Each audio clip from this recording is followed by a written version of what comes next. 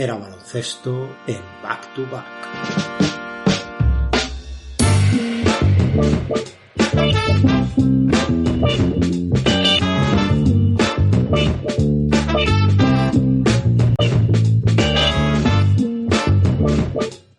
Hola, bienvenidos a una nueva entrega de Era baloncesto en Back to Back.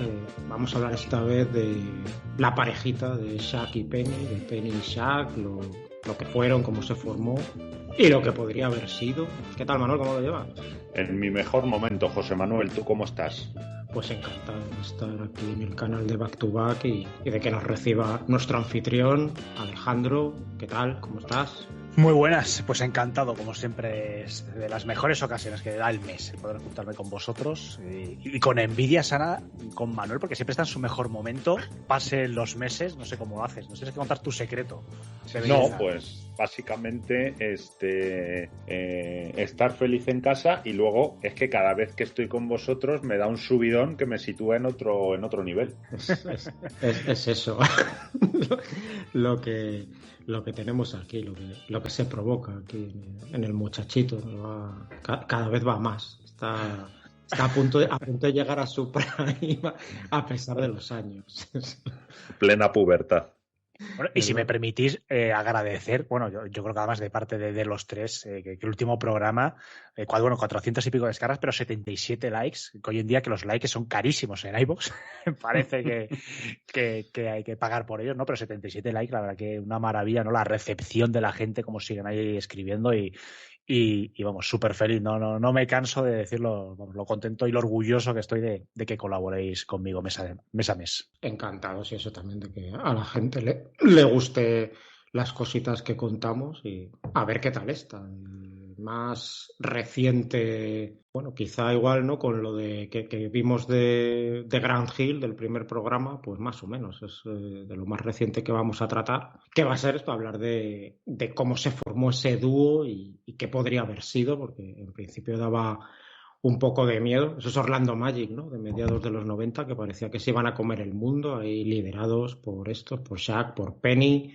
Muchos veían ellos, entre ellos yo mismo por aquella época, ¿no? Como una segunda versión, una versión 2.0 de los Lakers de Karim y Magic. Un momento en el que parecía que el pensar que este equipo era en el futuro de la NBA no parecía una mala apuesta, desde luego. Bueno, la construcción de la franquicia para ser exitosa yo diría que fue perfecta, lo vamos a contar. Otro tema es, bueno, el no haber llegado al anillo, hay que ver por qué, pero la formación fue perfecta y a priori, hombre, mientras estos dos estuvieron juntos y en su prime, se hablaba de los dominadores de la liga, o sea, del que iba a ser el mejor pívot de la liga y quizá el mejor exterior, era así. Tú, Alejandro, ¿cómo lo viviste esto en su momento? Lo viví de chaval, pero me acuerdo mucho, porque además Orlando y Detroit, cuando yo empecé a seguir la NBA, que todavía estaba esta pareja ahí en los Magic, que eran rivales en la misma conferencia, y vi varios encuentros, unos cuantos encuentros.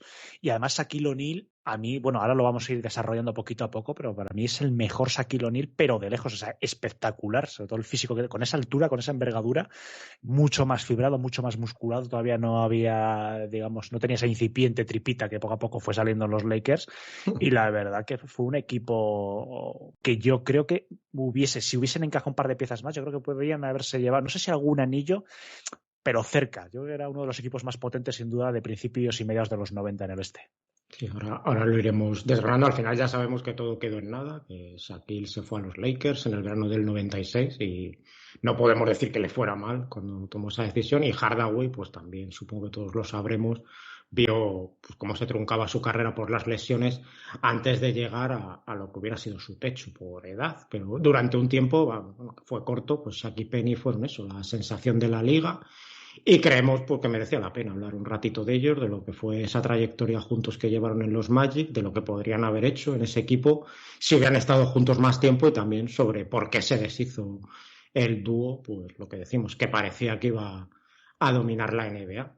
Vamos a empezar un poco hablando de los Magic, porque cuando estos jugadores llegaron, pues la verdad es que eran una franquicia muy jovencita. Había nacido en el año 89, dentro de la expansión que se produjo en la NBA en la década de los 80, cuando entre la temporada 88-89 y la 89-90 pues entraron en la liga 4 franquicias nuevas.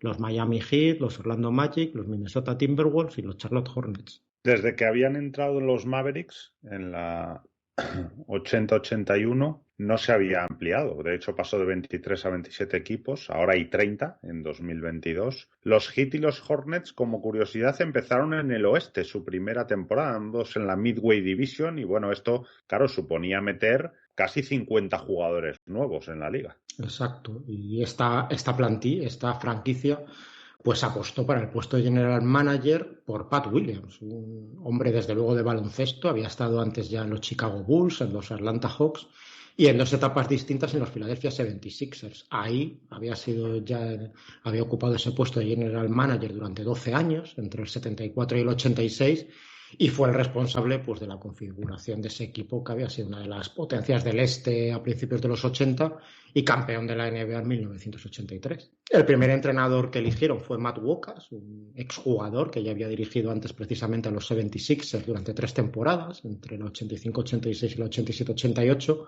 Pat Williams, además, había sido el responsable de su ascenso al puesto de entrenador jefe en Filadelfia, sustituyendo a Billy Cunningham cuando este dejó el cargo, después de haber sido 2 años su asistente principal en ese banquillo de los 76ers.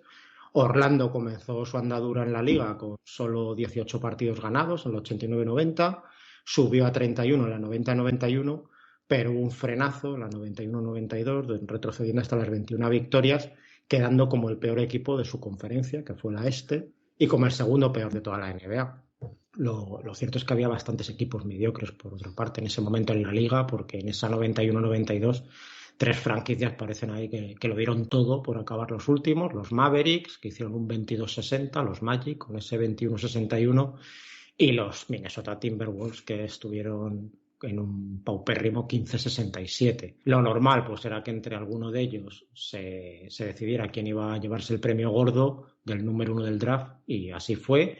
La suerte salió con los Magic, serían ellos los que elegirían con el número 1 del draft de 1992, y hombre, pues todo parecía indicar que Shaquille O'Neal iba a ser su hombre. Habían elegido en el draft primero a Nick Anderson en el año 89, los Magic, luego a Dennis Scott en 1990 y a Brian Williams, que posteriormente se cambió el nombre a Bisondele, en 1991, y ahora pues las esperanzas de la franquicia para empezar a crecer de verdad estaban en esta lotería del 92, porque bueno, además de Shaq estaban por ahí disponibles Alonso Mourning, Christian Laettner, Jim Jackson. Se preveía una camada de jugadores de estos que podían cambiar franquicias, y ese número 1 pues era para los Magic. Sí, exacto. Hombre, todos yo creo que fueron buenas elecciones, ¿no? Y excepto Brian Williams, todos llegaron con el equipo, o sea, siendo integrantes del equipo cuando rozaron el anillo. Insisto que la construcción me parece modélica. Es cierto, bueno, que Nick Anderson con el número 11, pues en ese draft fueron elegidos por debajo de él Swan Kemp, que llegó directo al instituto, y Tim Hardaway, el base que luego destacó en Golden y en Miami, y Scott, que fue número 4, y por abajo tuvo, por ejemplo, a Kukoc, que bueno, pudo haber tenido un buen encaje. La realidad es que yo creo que lo hicieron bien, excepto en algún momento decisivo que veremos. Pero aquí el caramelito de ese draft del 92 pues era Shaquille, que iba a saltarse su temporada senior en la Universidad de Louisiana State, en la que estaba jugando pues para entrar en la NBA, y era el gran jugador a priori, lo que decimos de ese draft, de estos jugadores franquicia de verdad, de los que podía cambiar el rumbo de cualquier equipo en el que cayera.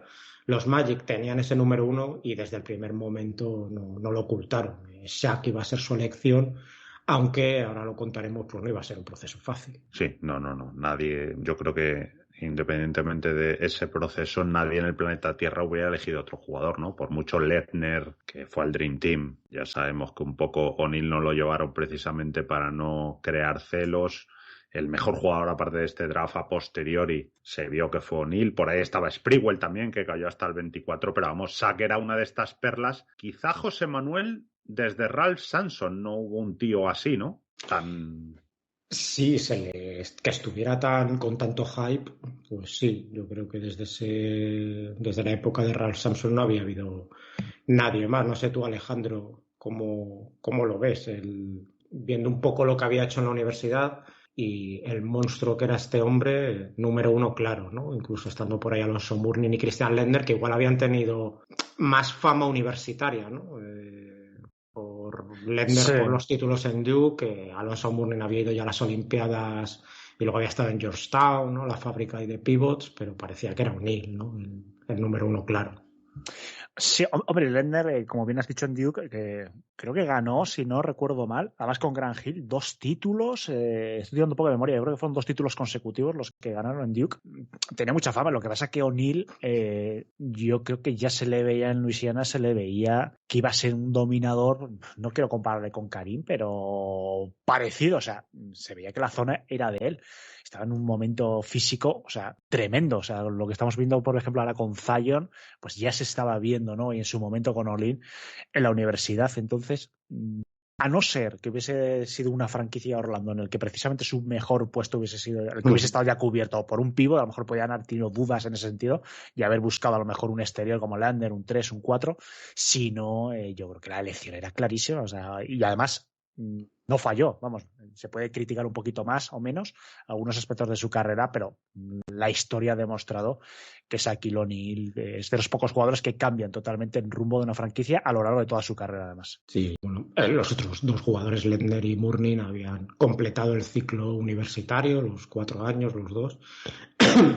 Shaq no, y bueno, dijo cuando anunció su paso a profesionales, dijo: siento en mi corazón que es el momento de un cambio y que es también el momento para mí de dar un paso adelante. Creo que la experiencia, refiriéndose a su paso por la liga universitaria, fue muy necesaria, pero ahora estoy preparado para llevar todo lo que he aprendido ahí a la NBA. El entorno de O'Neal se había quejado mucho, sobre todo del castigo que recibía Shaq en la NCAA por parte de los equipos contrarios, que casi siempre pues le hacían ahí 2, 3 contra 1 y hay por ahí algún vídeo, pues eso, de 4 jugadores alrededor de él dándole manotazos, la agarraban colgándose de él y los árbitros pues al final, claro, no van a pitar todo, que es el mal de los tipos grandes y con talento, ¿no? De lo que se quejaban, pues eso, los Sabonis o Will Chamberlain en su momento, bueno, cualquiera que sea un poco dominador en la zona, pues claro, ahí en la liga universitaria a Shaquille le daban por todos lados, no, esto era lo normal cuando eras tan grande y tan superior, y él pensaba que en la NBA pues sin defensas zonales iba a poder tener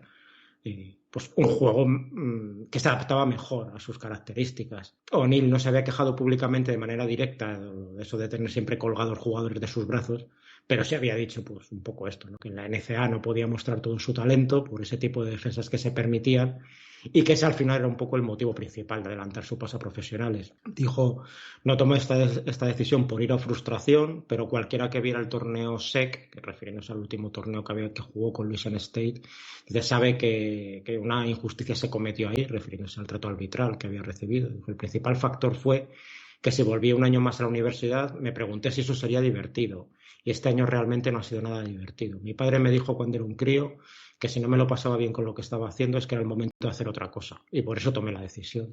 Yo ahí, no sé qué opináis vosotros, estoy totalmente de acuerdo con ese lechoncete que era entonces O'Neal. Sí, sí, yo creo que sí. Lo que pasa es que, bueno, no sé, yo lo entiendo, ¿no? O sea, su postura, pero también creo que yo siempre he partido de la base que un par de años más en la universidad, o por lo menos 2 años en la universidad, yo creo que les forma también de una manera humana, una manera académica, que después a lo largo de sus carreras, en general, todo esto estoy hablando en general, no solo Shaquille O'Neal en particular, ¿no? Pero también entiendo evidentemente que el sistema, y más en esos años, ¿no? Porque yo creo que a lo largo de las décadas ya se ha ido igualando en parte un poquito el juego de la NCAA con la NBA, pero yo creo que en estos momentos, en finales de los 80, principios de los 90, había bastante más diferencia, sobre todo en el aspecto defensivo. Los equipos, y quizás aquí Shaquille O'Neal estaba un poquito frustrado y veía pues cómo era el arbitraje, cómo eran las normas que tenía la NBA, y bueno, a lo mejor él pensaba que el siguiente paso, que se le quedaba pequeña quizás, ¿no? Yo creo que también buscaba ya más focos, evidentemente, sí. Bueno, pues tenía ya ese orgullo, ese ego ya incipiente, y sabía que, bueno, que lo que quería era ya la NBA y empezar a hacerse hueco. Yo creo que se le juntó un poquito. Tampoco le hubiese pasado nada, porque hubiese estado un año más en la universidad, pero bueno, es el típico jugador que ve que se le queda pequeño ya un sitio y que quiere dar el paso adelante ya. Bueno, en su última temporada en Louisiana State, O'Neal se había ido a más de 24 puntos, 14 rebotes y más de 5 tapones. Había perdido en la segunda ronda del torneo de la NCAA ante los Hoosiers de Indiana, liderados por Calvert Cheney, que es un jugador que me encantaba en su momento. Y O'Neill pues había hecho en ese partido que había perdido su equipo 36 puntos con un 12 de 18 en tiros de campo, 12 de 12 tiros libres, sorprendente, 12 rebotes y 5 tapones en 34 minutos hasta que fue expulsado por 5 faltas personales. Bueno, nadie podía reprocharle a O'Neill que se hubiera estado entregado a la causa y de intentar hacerlo lo mejor posible hasta el último minuto que militó en la universidad. Sí, bueno, nadie en su equipo pasó en ese partido de 14 puntos y solo tiraron un tiro libre entre todos sus compañeros. Se quedaron los demás quitando a O'Neill en un 38% en tiros de campo. De hecho, bueno, ninguno de sus compañeros de esa temporada llegó a la NBA, solo Gil Hamming, otro poste, estuvo en total 8 partidos repartidos en 3 cursos en la NBA, con lo cual O'Neill está muy solo. Respecto a esto que decíais, hombre, claro, ahí hay que ver qué quieres, ¿no? Qué tipo, que tú decías, Alejandro, lo de la formación, bueno, si tiene algún interés a lo mejor académico, pero también es cierto que cuando se queda pequeño, ¿no? Deportivamente, que a priori es lo que más les interesa a estos superclases, pues ya... O'Neill, claro, el tema de los tiros libres, ¿no? El tema a lo mejor de generar un tiro consistente, no sé si lo hubiera conseguido, porque la verdad que luego a lo largo de su carrera no fue capaz. Exacto. Y bueno, se hablaba ya de Shaquille, lo que decimos, era un jugador muy, muy mediático antes de llegar a la NBA. Perdón. Se decía que iba a ser el primer novato en cobrar $5 millones en su primera temporada.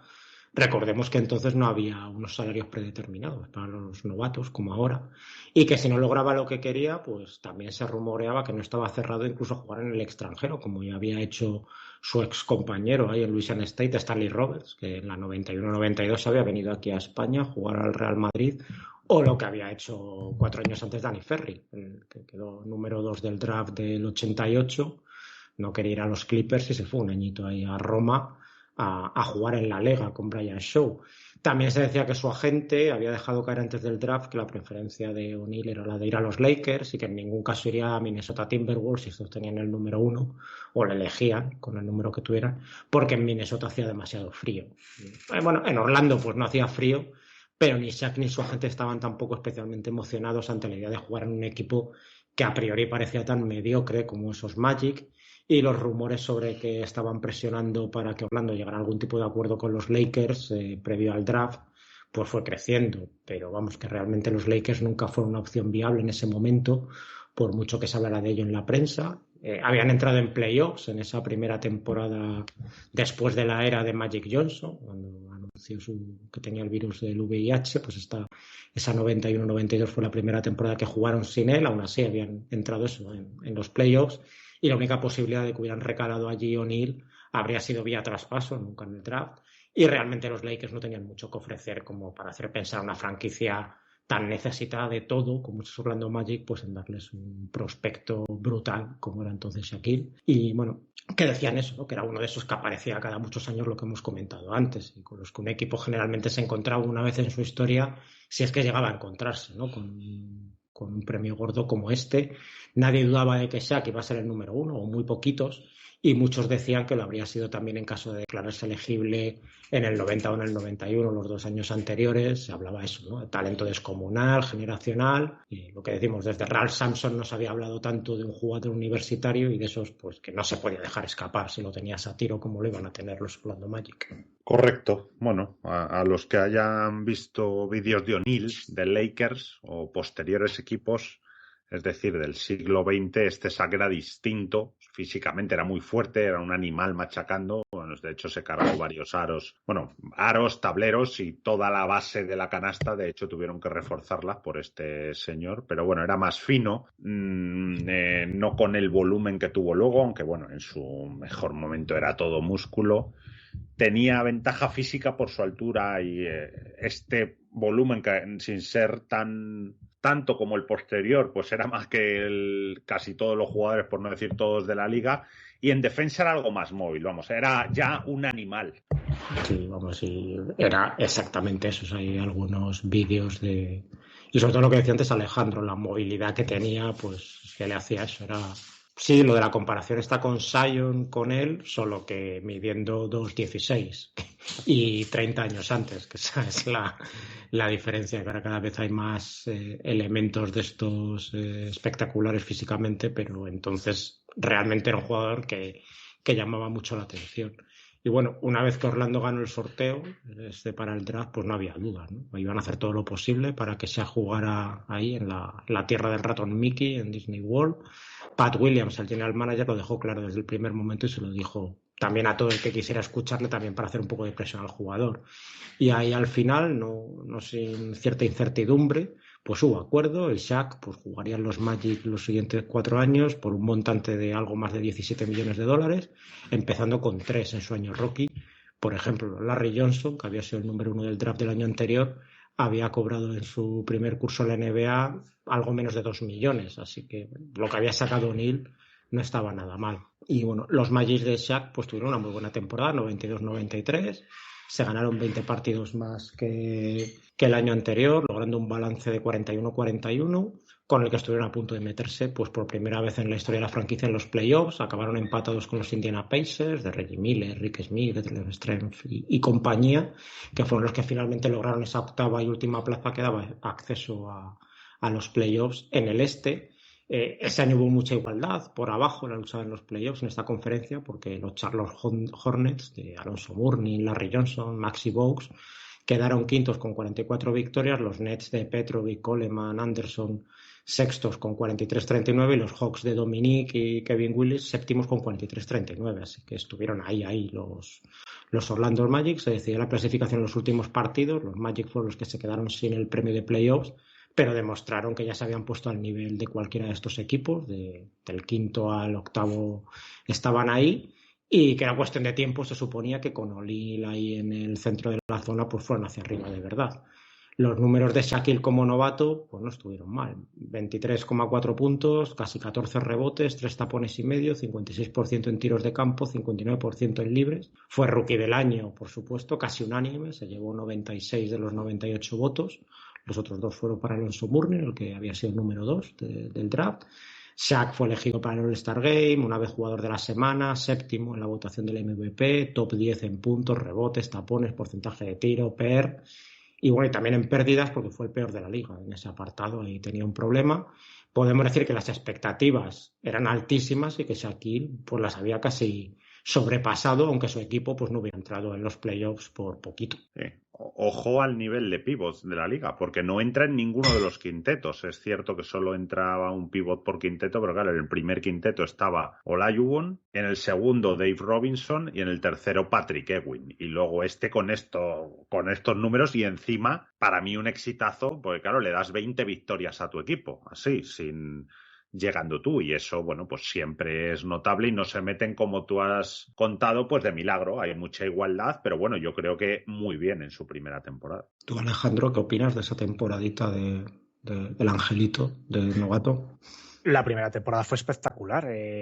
Y además, si me voy a retroceder un poquito, porque hemos hablado varias veces del peso en lo que llevamos de programa, y para cuantificar, para que los gente que nos está oyendo, para que vean ese acordeón que hizo de peso. Cuando llegó, en esta primera temporada, cuando llegó a la NBA pesaba unos 135 o 136 kilos, poquito más de 300 libras americanas.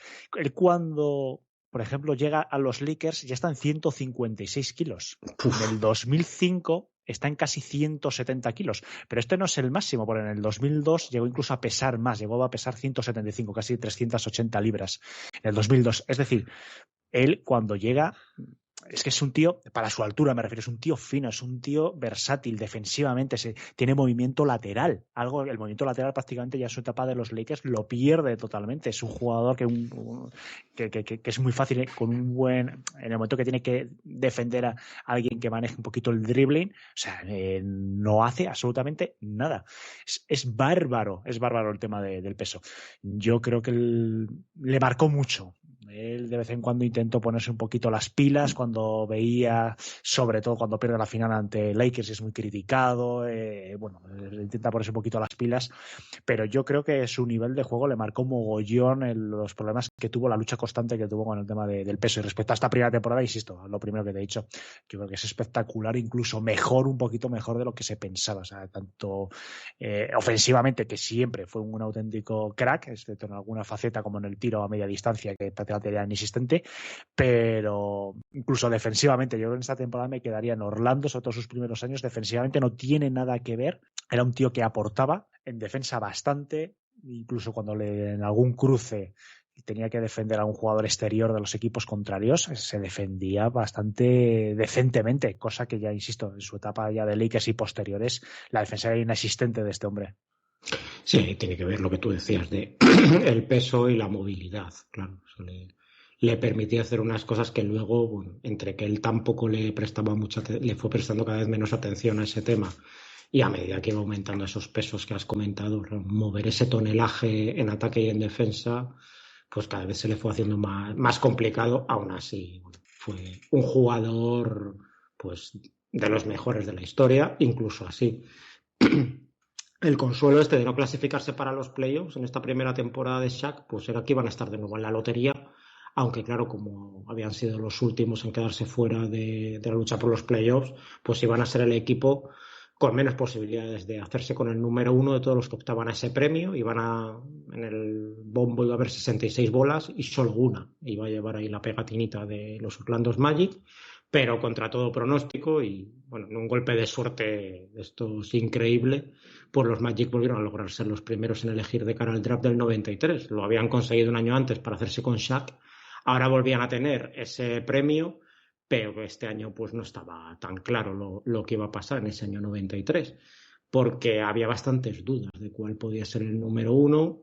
Estaban ahí Chris Webber, esa la pivot que hacía de todo prácticamente en la pista en la Universidad de Michigan, con los Fab Five, con Juwan Howard, Jalen Rose y demás. Penny Hardaway, este base que decían que era el nuevo Magic Johnson, que estaba ahí maravillando por Memphis. Y Sean Bradley, un pívot de más de 2.30 de Brigham Young, que decían que tenía potencial pues para ser un protector de aro descomunal. Además era bastante coordinado, con esa altura, tenía más o menos manita y claro, había dudas de si dejar pasar un tío tan grande que sabía jugar a esto.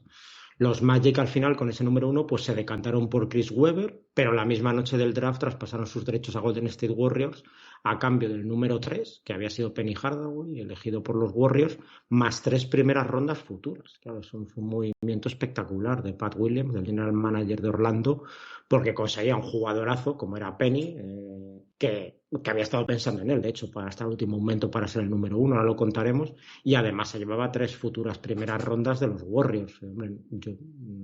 No vamos a decir que fue un movimiento equiparable, no sé, al de Auerbach, del draft del 80, pero igual sí podría ser similar, ¿no?, al que terminó con Markelle Fultz en los Sixers y Jason Tatum en los Celtics de 2017, ¿no? Tú, Alejandro, ¿cómo lo ves? Esto de un movimiento bastante inteligente, ¿no?, de Orlando en su momento. Sí, e incluso, fíjate, lo de las 3 primeras rondas, es decir, que no hay tanta diferencia en posiciones del draft, que al fin y al cabo es un número 1 por un número 3, es decir, que rascaron, que Golden State Warriors yo creo que tendrían en su objetivo en su momento a Chris Webber y dijeron, pues mira, damos prácticamente todo lo que tenemos.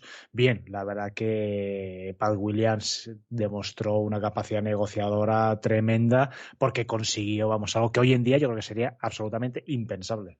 Sí, sacó mucho, eso, 3 primeras rondas, lo comentaremos. Y bueno, en esa primavera del año 1993, cuando ya se acabó la temporada de los Orlando Magic, Shaquille había empezado a rodar la que era su primera película, Blue Chips, que aquí en España se llamó Ganar de cualquier manera, y uno de los coprotagonistas iba a ser a Penny Hardaway. Penny y Shaq no se conocían entonces, entre ellos no se habían enfrentado nunca y no se conocieron a otro.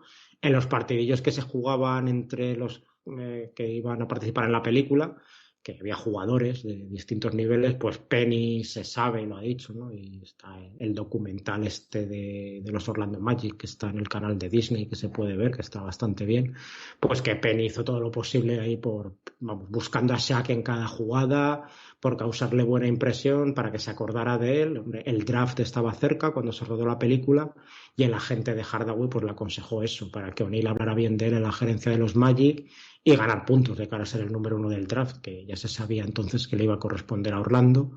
Shaq ha dicho en varias ocasiones que no es que no lo conociera, es que no sabía absolutamente nada de Penny cuando les presentaron al iniciarse el rodaje. A ver, estábamos en 1993 y aunque habían coincidido en la liga universitaria durante 2 años, pues Memphis State y Louisiana State no se habían enfrentado nunca. Y Shaquille también ha manifestado a menudo que el baloncesto no es que le interesara mucho más allá de lo que le concernía a él y que no conocía los nombres de casi ninguno de sus rivales y mucho menos de jugadores contra los que no se enfrentaba, ¿no? Como era el caso de Hardaway, por mucha fama que tuviera a nivel de los medios, pues él estaba poco interesado en esos temas.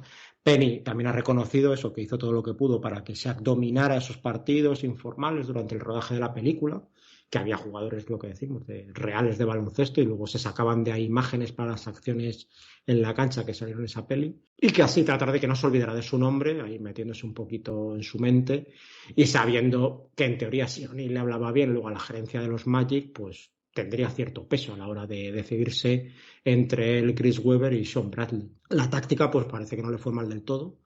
Ahí Shaquille jugando con Penny y viendo cómo la abastecía de balones, pues efectivamente habló ahí con los que más mandaban de los Magic, les dijo que tenían que seleccionar a un base al que ya calificó entonces como una versión más atlética de Magic Johnson. Y Pat Williams sí sabía de sobra, por supuesto, quién era Penny Hardaway, no le desagradaba en absoluto la idea de juntarlo con O'Neal, porque siempre se había dicho eso, ¿no? De que la base de un equipo campeón empezaba por tener un buen director de orquesta, un buen pivot, y los Magic podían conseguirlo en 2 drafts consecutivos, pero también sabían que Webber era mucho Webber, como para dejarlo pasar, y también decir que a petición del propio agente de Penny, los Magic tuvieron un último entrenamiento previo con el jugador, en el que le pusieron ahí en un 5 contra 5 contra integrantes de la plantilla del equipo, algo que hoy no se podría hacer, pero que entonces sí. Ahí le marcaron Donald Royal y Anthony Bowie, que eran los 2 mejores defensores exteriores de Orlando por aquel entonces.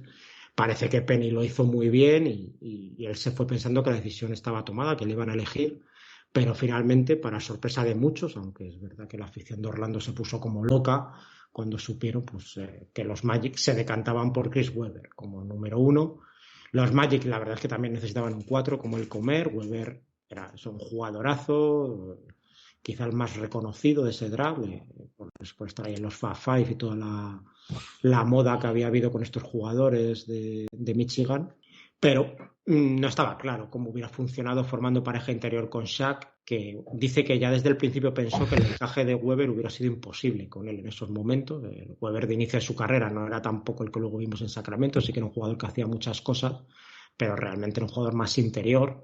Y además tenemos que recordar que tuvo bastantes problemas físicos en sus primeros años en la liga, una lesión de hombro bastante grave entre la 94-95 y la 95-96 y un encaje complicado. A mí se me hace si hubieran seguido adelante con la idea de juntar a Webber con Shaquille. Hombre, yo prefiero un base y un pivot, ¿no? A un pivot y un ala pivot como mejores jugadores y destacadísimos. Seguro, hombre, yo creo que juntando a 2 grandes jugadores como Webber y O'Neal, pues es difícil que les vaya bien, pero como tú dices, claro, ahí O'Neal era el rey de la zona, no podía jugar alejado y Webber se tendría que haber adaptado a lo mejor demasiado pronto. Hardaway lo tenía fácil, pues jugar por fuera y alimentar al perro grande, ¿no? Como has ido contando.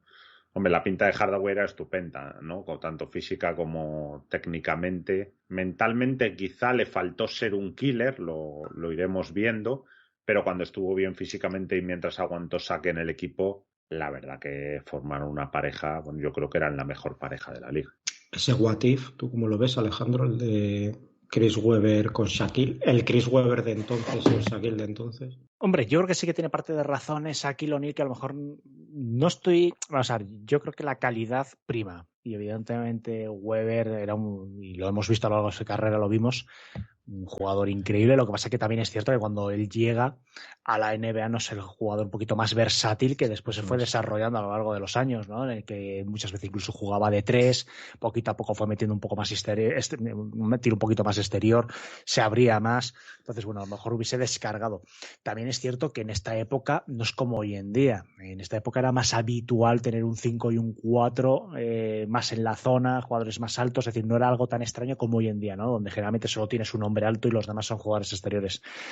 No lo sé, yo no creo que hubiese sido... Evidentemente estoy de acuerdo, por ejemplo, con Manuel cuando dice que lo ideal, digamos, lo estándar, en este caso es un base o escolta, base escolta y un jugador alto y un pivot, pero bueno, también hemos visto combinaciones raras, ¿no? Por ejemplo, en los Bulls los dos jugadores principales eran un escolta y un alero, es decir, si la calidad está ahí, están bien entrenados, si la pizarra se adapta, o saca lo mejor de tu quinteto, yo no creo que hubiese sido una mala elección tampoco. Otra cosa, temas de caracteres, ¿eh? A lo mejor fíjate que yo me enfocaría un poquito más, no sé, a lo mejor Weber, que también tenía una personalidad, sobre todo cuando llegó a la NBA echado para adelante, no sé si a lo mejor hubiese sido ahí un poquito a ver quién era el macho alfa o el gallo de ese corral. A lo mejor por ahí sí, pues se dio los tiros, pero en cuanto a calidad, yo creo que el equipo, si estaba bien entrenado, hubiese funcionado también.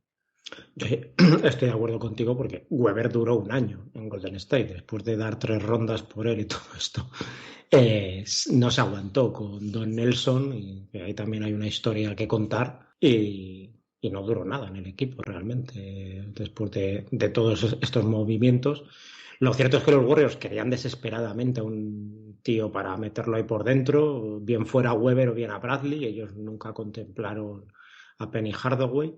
Y los Magic lo sabían, ¿no? Y Pat Williams ha dicho también que eso influyó a la hora de escoger con el número 1 a Weber, porque estaba seguro de que iban a poder sentarse a negociar con el general manager de Golden State y ver qué podían sacarle, porque sabían que algo les iba a ofrecer por cederles a Weber.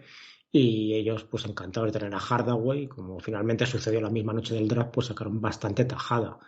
A los aficionados de los Magic, lo que hemos dicho, se pusieron como locos con la llegada de Weber, que era el jugador que más conocía a todo el mundo y no les gustó nada el cambio. Y lo mostraron, de hecho, con abucheos cuando se anunció la decisión esa noche del draft. Pat Williams salió con un Hardaway de cartón de tamaño natural ahí al lado ante los aficionados para comunicarles oficialmente el cambio y hablar pues de lo bueno que era Penny, de cómo iba a ser estupendo tenerle en el equipo, pero tuvo que marcharse porque los abucheos no le dejaban hablar y vio que no tenía mucho sentido aquello. Y vamos, podemos decir que ese fue el inicio de la andadura de Penny Hardaway en los Orlando Magic, los abucheos de sus futuros fans. Weber pues acaba ya teniendo una carrera, ya lo sabemos, de Hall of Famer, pero en ese momento parecía que los Warriors daban mucho por él, lo que hemos comentado antes y lo que has dicho tú, Alejandro, porque, claro, era cambiar un número 1 por un 3, pero es que los Magic se llevaban esas 3 primeras rondas futuras que podrían haber acabado siendo oro para Orlando. No lo fueron, pero en 1996 una de ellas dio lugar a Todd Fuller, que les salió por delante de Kobe, de Steve Nash, de Stojakovic o de Jermaine O'Neal, que hubieran estado disponibles.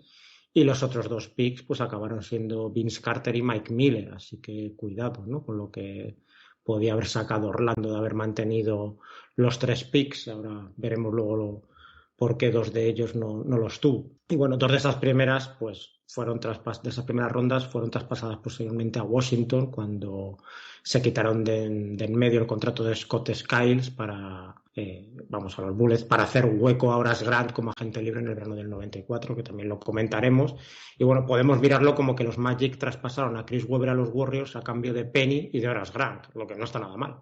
Bueno, lo dicho, no a la altura de lo que logró Auerbach en el 80, pero un movimiento de los que también podían haber acabado dando anillos a una franquicia, porque la verdad es que se movieron muy bien los Magic. Además, si miramos solo los años en los que Penny estuvo sano, podemos decir que fue como entre el 93 y el 96, pues posiblemente la carrera de en ese momento, podemos decir que iba mejor que la de Weber hasta ese año 96. Sí, correcto.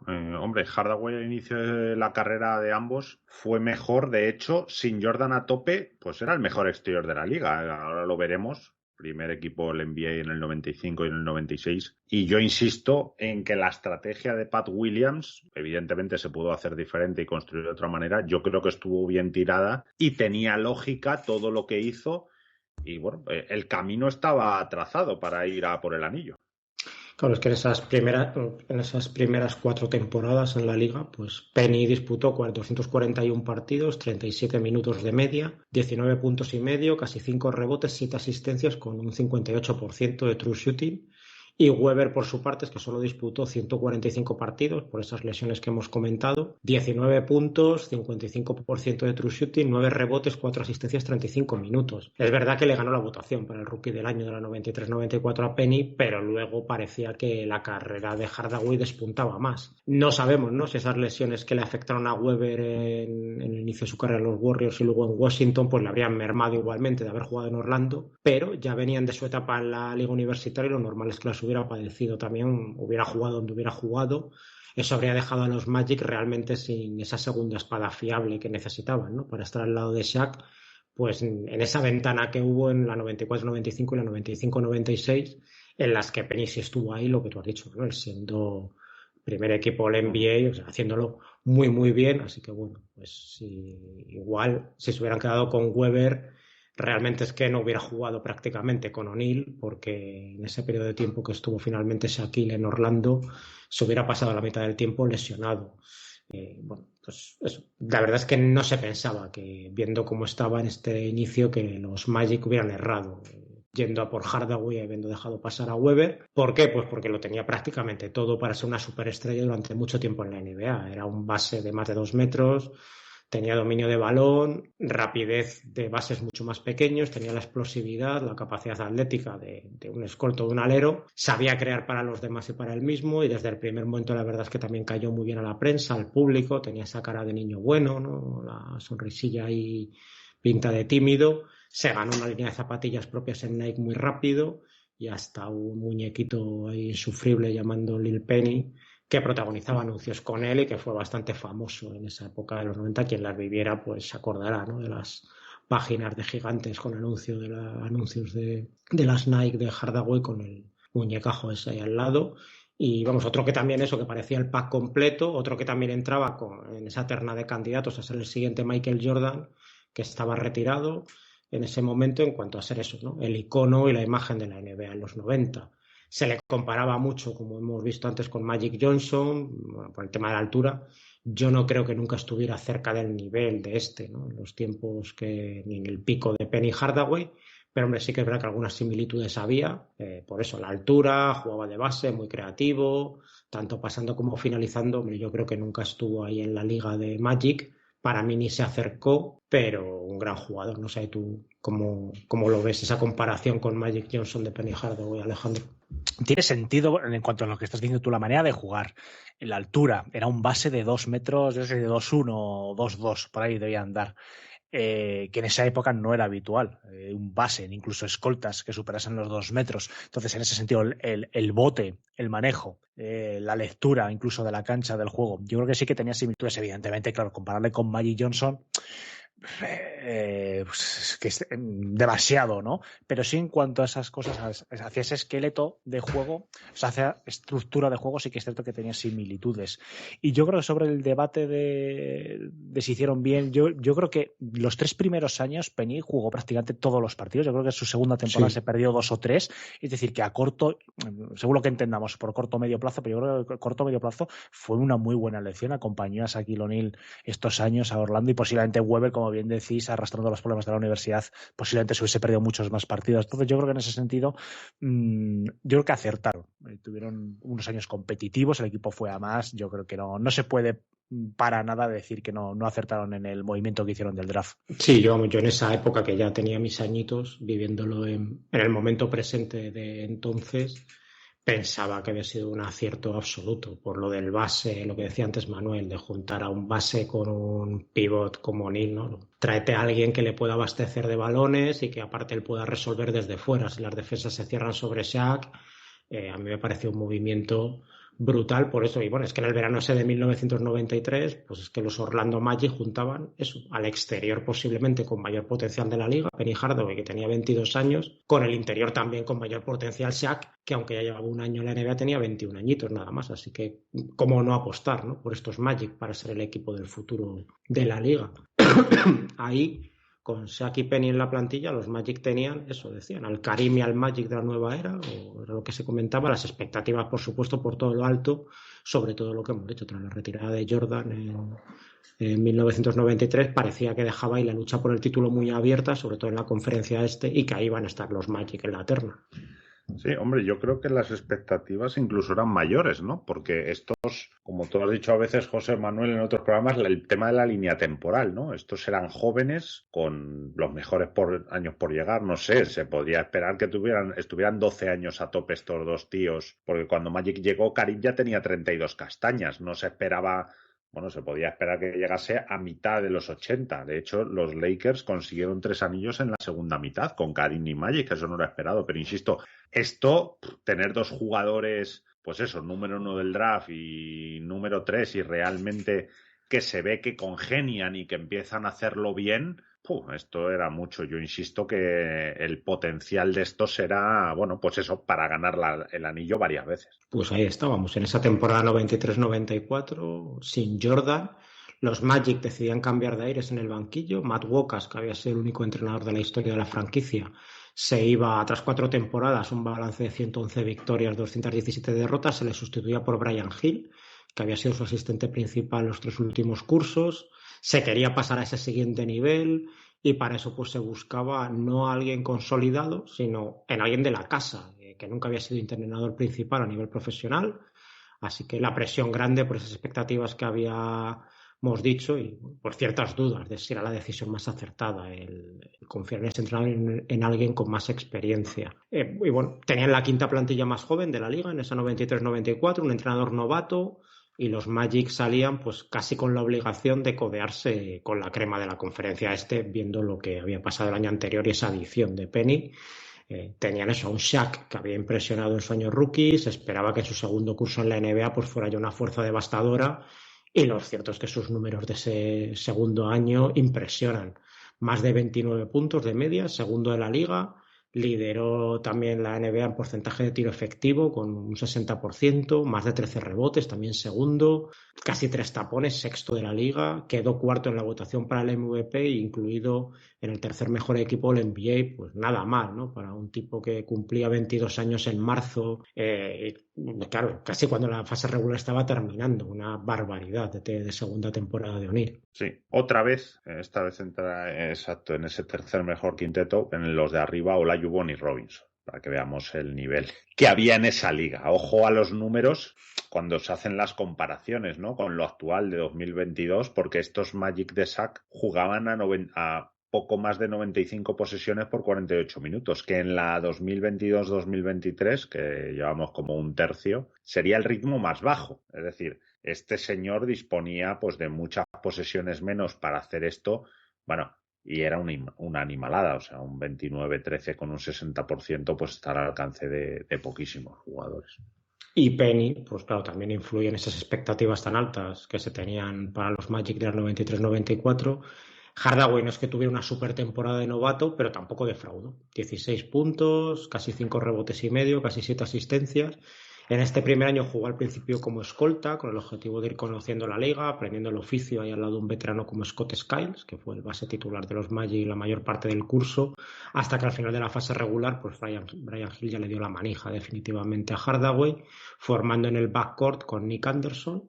En cualquier caso, lo que hemos dicho, no gana el premio del Rookie del Año, lo gana Chris Webber, pero sí entra en el mejor quinteto de novatos de la 93-94. Esa conexión Penny-Shaq funcionó muy bien, tanto dentro como fuera de la cancha. Parecía que lo de pensar en los nuevos Magic y Karim pues no era como podía parecer para algunos al principio de la temporada, porque a nivel colectivo la cosa funcionó. Orlando mejoró su registro en temporada regular en 9 victorias, pasó de las 41 del año anterior, del primero de Shaq, a 50 en esta primera temporada de la parejita juntos. Le permitió entrar en los playoffs por primera vez en la historia de la franquicia, a pesar de que tenían como 4 titular a un tipo como Jeff Turner, un jugador que igual daba como mucho para octavo o noveno hombre de rotación, y eso siendo generosos.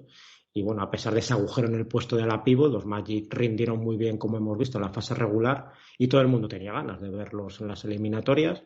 El problema fue que Orlando pues, se encontró en primera ronda un equipo mucho más veterano, más compensado, más hecho, como eran los Indiana Pacers, y perdieron claramente 3-0. Hay que comentar que ese Jeff Turner del que hemos hablado, bastante limitado, estuvo además lesionado, y el que ocupó su puesto en los playoffs fue Larry Kristobia, que le daba lo justo para entrar en una plantilla de la NBA en ese momento, y fue con el que tuvieron que tirar los Magic, que bueno, pues fueron barridos en su primera experiencia en los playoffs.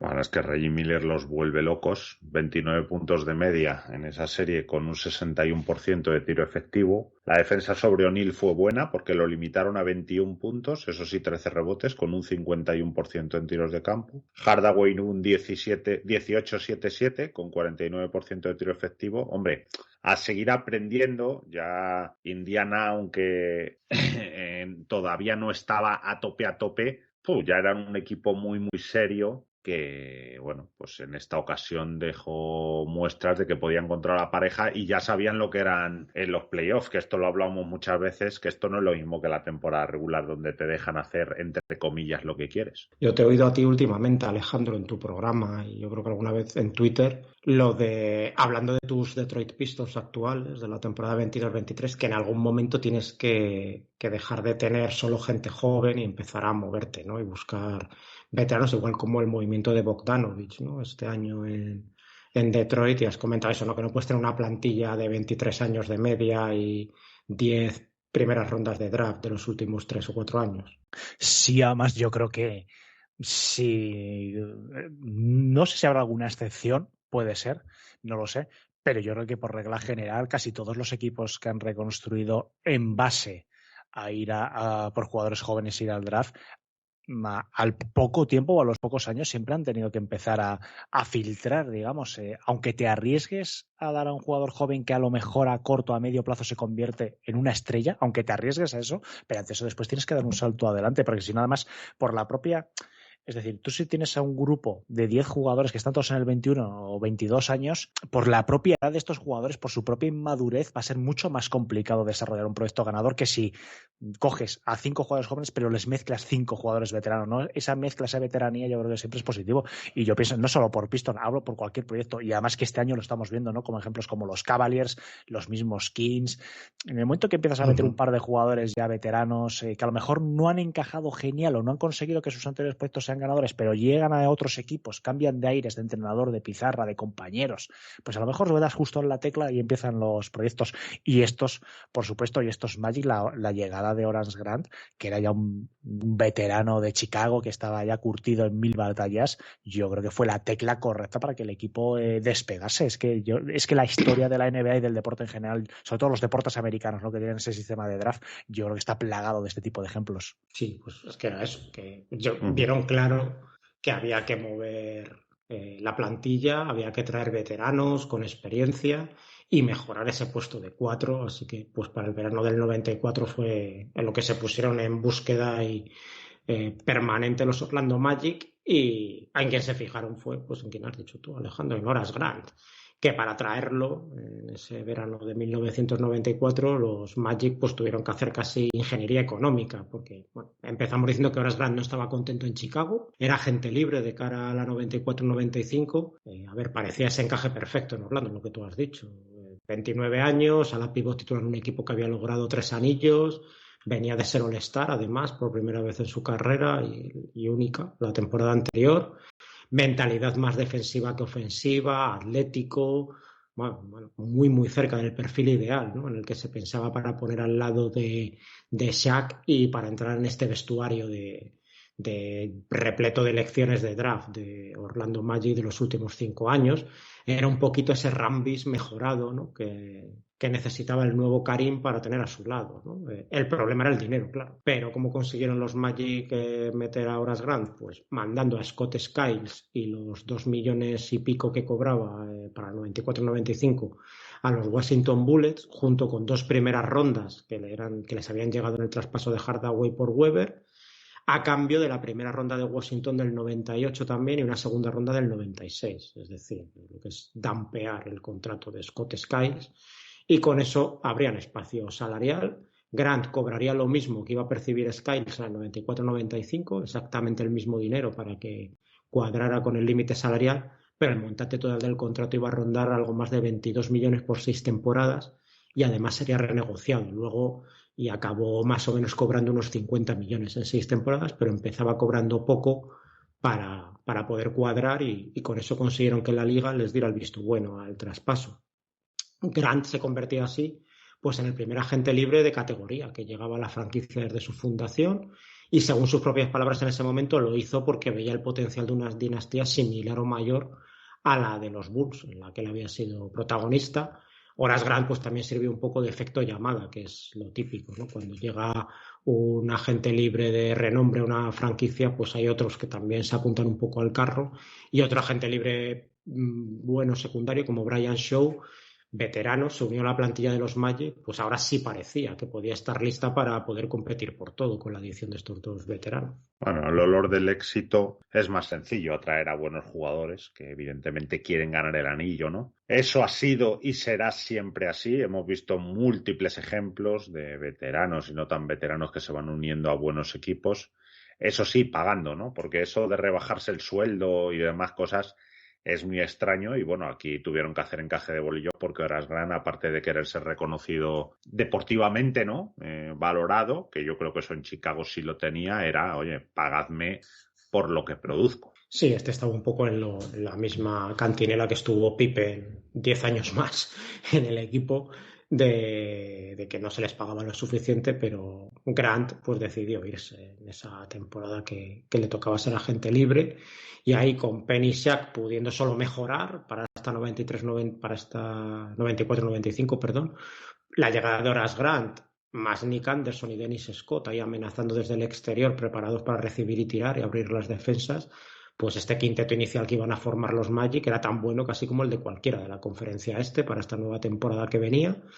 Hemos mirado las apuestas y Phoenix era el favorito de cara al anillo de esa 94-95, pero justo por detrás estaban empatados los Knicks, los Sonics, los Rockets y los Magic. Así que, bueno, las expectativas estaban altas para un equipo que aún había ganado, recordemos, un solo partido de playoffs en su historia, porque solo habían jugado el año anterior con ese 3-0 que hemos comentado. Orlando no defrauda en la fase regular, logran un récord de 57-25, siendo el mejor equipo del este y además con claridad. Penny ya llevando las riendas del equipo de manera definitiva desde el puesto de base, dando un paso adelante tremendo respecto a su campaña de novato. Se va a 21 puntos, 4 rebotes y medio, más de 7 asistencias, y ya es seleccionado por primera vez para el All-Star y entra directamente al mejor quinteto All-NBA de esta 94-95. Segundo año en la liga, ya ahí pues tremendo. Shaq no mejora tanto, pero claro, estaba ya en unos niveles estratosféricos. Se queda en 29 puntos, más de 11 rebotes, 2 tapones y medio. Lidera la liga en anotación, tercero en rebotes, sexto en tapones. Además, elegido para el All-Star Game, en este caso por tercera ocasión en 3 años en la liga. Y consigue ser incluido en el segundo equipo All-NBA. Es David Robinson este año el que le quita el puesto en el primer quinteto. Ya sabemos lo que ha dicho antes Manuel, que solo podía haber un pívot por equipo, y el almirante fue el MVP de la temporada, pues le ganó la partida a Shaq, que queda segundo en la votación al MVP, pero solo puede quedarse en el segundo quinteto por ser pívot. Bueno, no es moco de pavo, ¿eh? Tener a 2 de los 10 mejores jugadores de la liga, porque Hardaway fue el 10º en la votación por el MVP. Insisto, el plan iba viento en popa. A falta de ver, ahora sí, las eliminatorias si rendía bien, pero vamos, la habían clavado en las 2 selecciones. Hombre, con Shaq fallar parecía que no era imposible, y bueno, con Hardaway se la jugaron con lo de Weber y de momento pues bastante bien. Sí, lo que tú dices, Manuel, es que los Magic en la franquicia solo tenía 6 años de vida. En el equipo de moda de la NBA, esa pareja de Penny y Shaq, la sensación del momento, jóvenes, guapetes, buenísimos, tenían carisma, ganaban. Bueno, pues todo parecía perfecto en Orlando. Lideran, como decimos, la conferencia en temporada regular, y los Magic en primera ronda de playoffs se encuentran con los Boston Celtics. Vencen, además sin demasiados apuros, 3-1. Por fin ganaban no solo su primer partido de playoffs, sino también su primera eliminatoria. Y lo hacían venciendo además, como curiosidad, en el último encuentro que se disputaría en la historia del mítico Boston Garden, porque ya al año siguiente cambiarían de pabellón los Boston Celtics. En segunda ronda les esperaban los Chicago Bulls, a los que se había unido Michael Jordan al final de la temporada regular. Había disputado los últimos 17 partidos y claro, bueno, no sería el de siempre, pero era Jordan, eso eran palabras mayores, y las apuestas estaban en contra de Orlando al empezar esta eliminatoria, porque a pesar de su gran año, de tener la ventaja de campo, de Shaq y Penny, pues se les veía como un equipo, pues eso, bisoño, sin experiencia.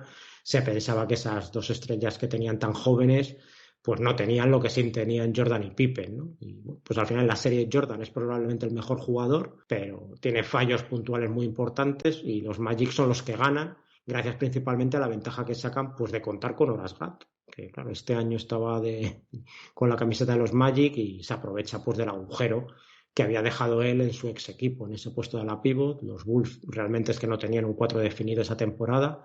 Quizás su mejor baza ahí era Tony Kukoc, que era rookie en esa 94-95, y Grant pues se lo hace pagar porque bueno, suponemos que también con la motivación de enfrentarse a sus ex compañeros se marca la que quizá fue la mejor serie de playoffs de su carrera, porque se va a 18 puntos por partido, 11 rebotes y un 65% en tiros de campo, y es un poco la clave para que los Magic ganen a los Bulls. Bueno, además de ser superior y encima un baloncesto donde, bueno, pues aún el ser alto y grande, pues sabía aprovechar, pues claro, el tema de la motivación, lo que dices, era máxima. Y bueno, insisto, un fichaje perfecto. Yo es que ni un pero, lo de Pat Williams es que es de libro. Elijo bien el draft, consigo a un veterano bueno, y Brian Shaw, que también les dio bastante. Y bueno, hay que decir que a Jordan nadie lo había eliminado desde el 90 y nadie lo haría jamás, con lo cual, bueno, volviera o no, lo que decimos siempre, José Manuel, en esto,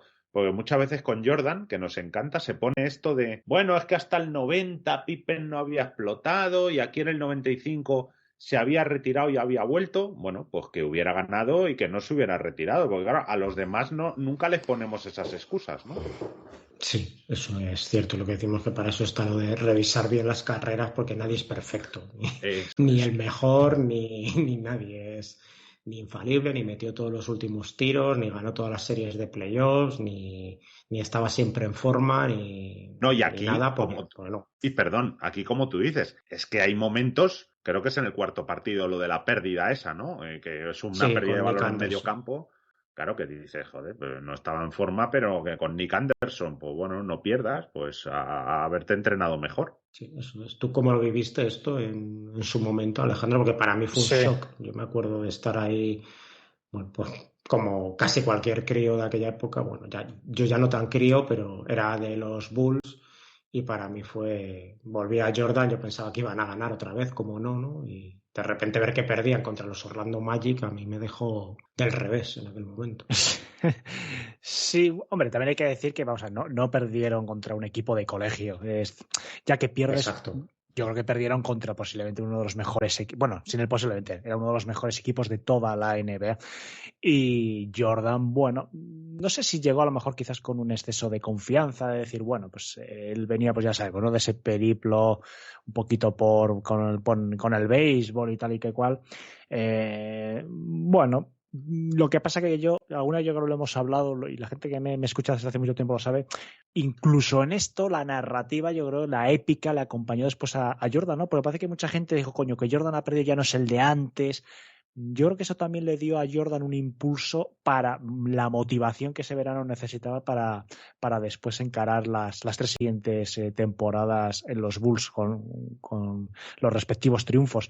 Bueno, oye, al fin y al cabo era humano y esta temporada se demostró. Pero bueno, insisto, tampoco hay que quitar mérito a los Magic. La verdad que ganaron justamente y en ese momento eran de los mejores equipos de la NBA. Así que, bueno, yo creo que tanto para unos como para otros sacaron puntos positivos esta eliminatoria. Eso es. Y los Magic pues ganan esta eliminatoria 4-2, pasan a la final de conferencia, ahí se veían la cara contra sus verdugos del año anterior, contra los Indiana Pacers, y ahí pues 7 partidos súper intensos. Esta serie me gustó mucho también en su momento, la he vuelto a ver alguna vez.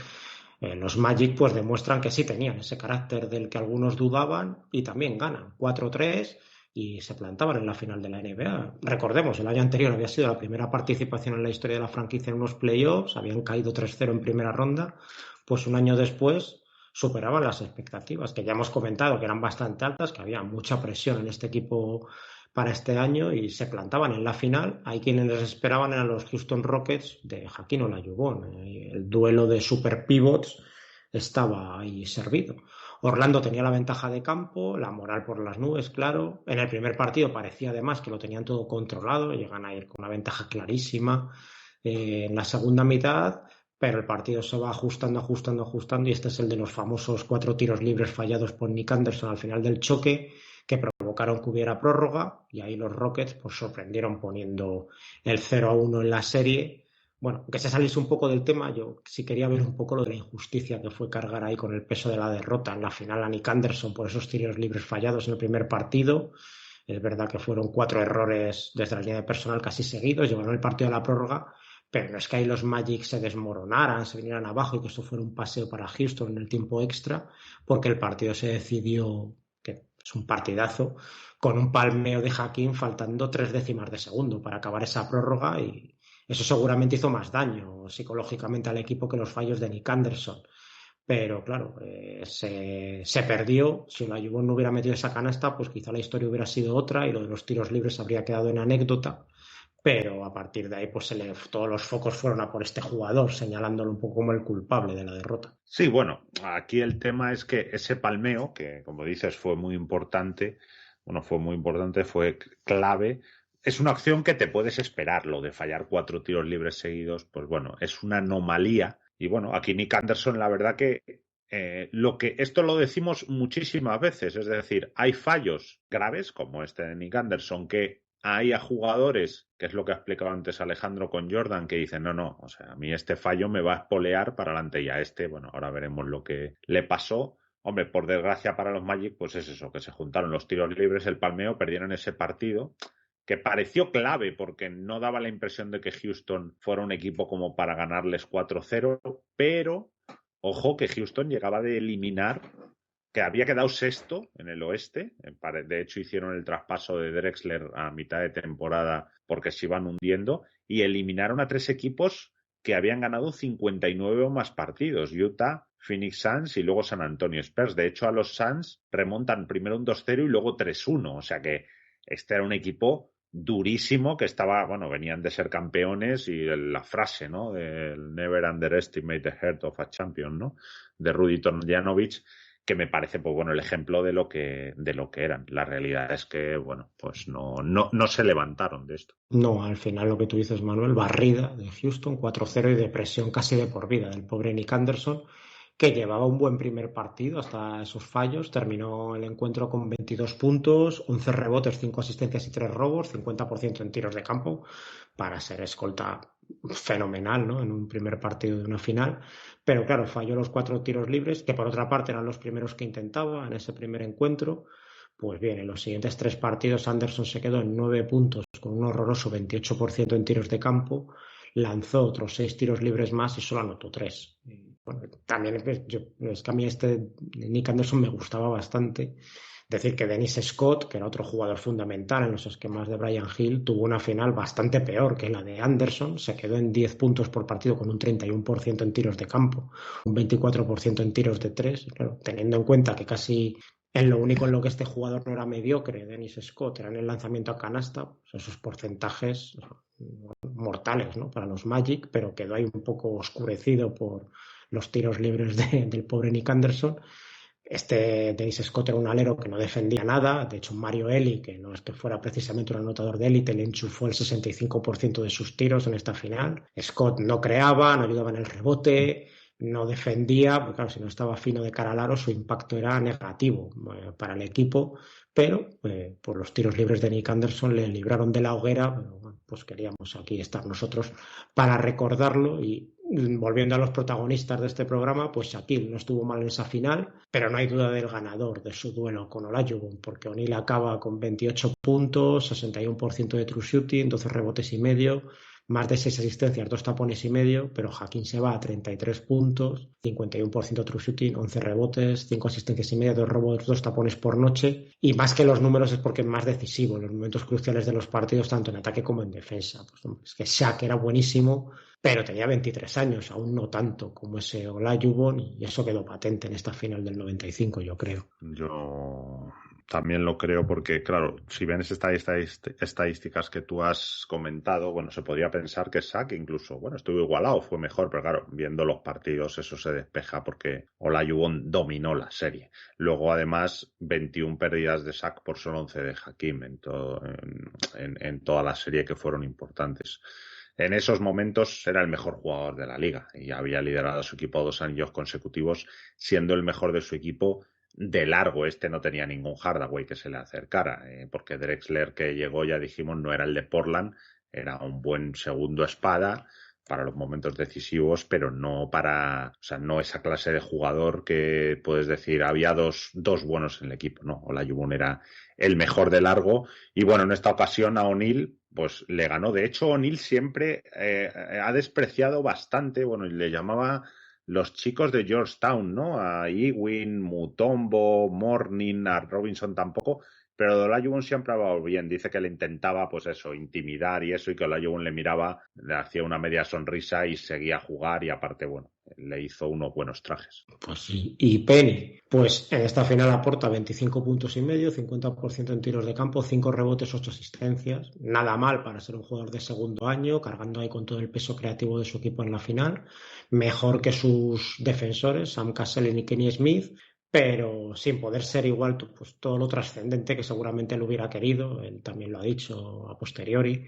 Y viéndosele pues algunas costuras que por otro lado pues propias, ¿no?, de la inexperiencia en finales de partido apretados de ese calibre, como el primero y el tercero de esta final, donde tiene fallitos que son también decisivos y bueno, pues perdonables en un jugador tan joven y con tan poca experiencia. Sí, bueno, yo diría que es un proceso hasta lógico, ¿no? Lo de llegar a una final, no poder con un equipo más hecho, que ya tenía la experiencia de haber ganado un anillo. Bueno, lo que estaba claro es que de cara a la siguiente temporada, pues ya no había excusa, ¿no? Ya habían tenido la experiencia de jugar playoffs 2 temporadas, estaban hechos, se habían hundido aquí, habían ganado también buenos equipos en el este, y yo creo que ahora era su momento de decir, oye, tenemos que asaltar y no, o por lo menos que si nos ganan sea en un séptimo partido en la prórroga y con un tiro libre en el último segundo. ¿Tú qué opinas, Alejandro? ¿Esto era demasiado castigo de esto que te marca perder 4-0 o lo que dice Manuel, ¿no? Que yo creo que de intentar saber utilizarlo para el año que siguiente es salir a morder a todo el mundo? De, oye, ya hemos llegado a la final, ahora toca ganarla, o que te estás ahí pensando, Dios mío, nos han barrido, no valemos para esto, no damos más de sí. Yo creo que me dejas muy fácil la respuesta. Yo creo que la fortaleza mental es clave. Todos los grandes jugadores, todos los grandes deportistas, bueno, da igual, todos los grandes en general, yo creo que para llegar a esa grandeza se han tenido que enfrentar a los mejores que había antes de ellos.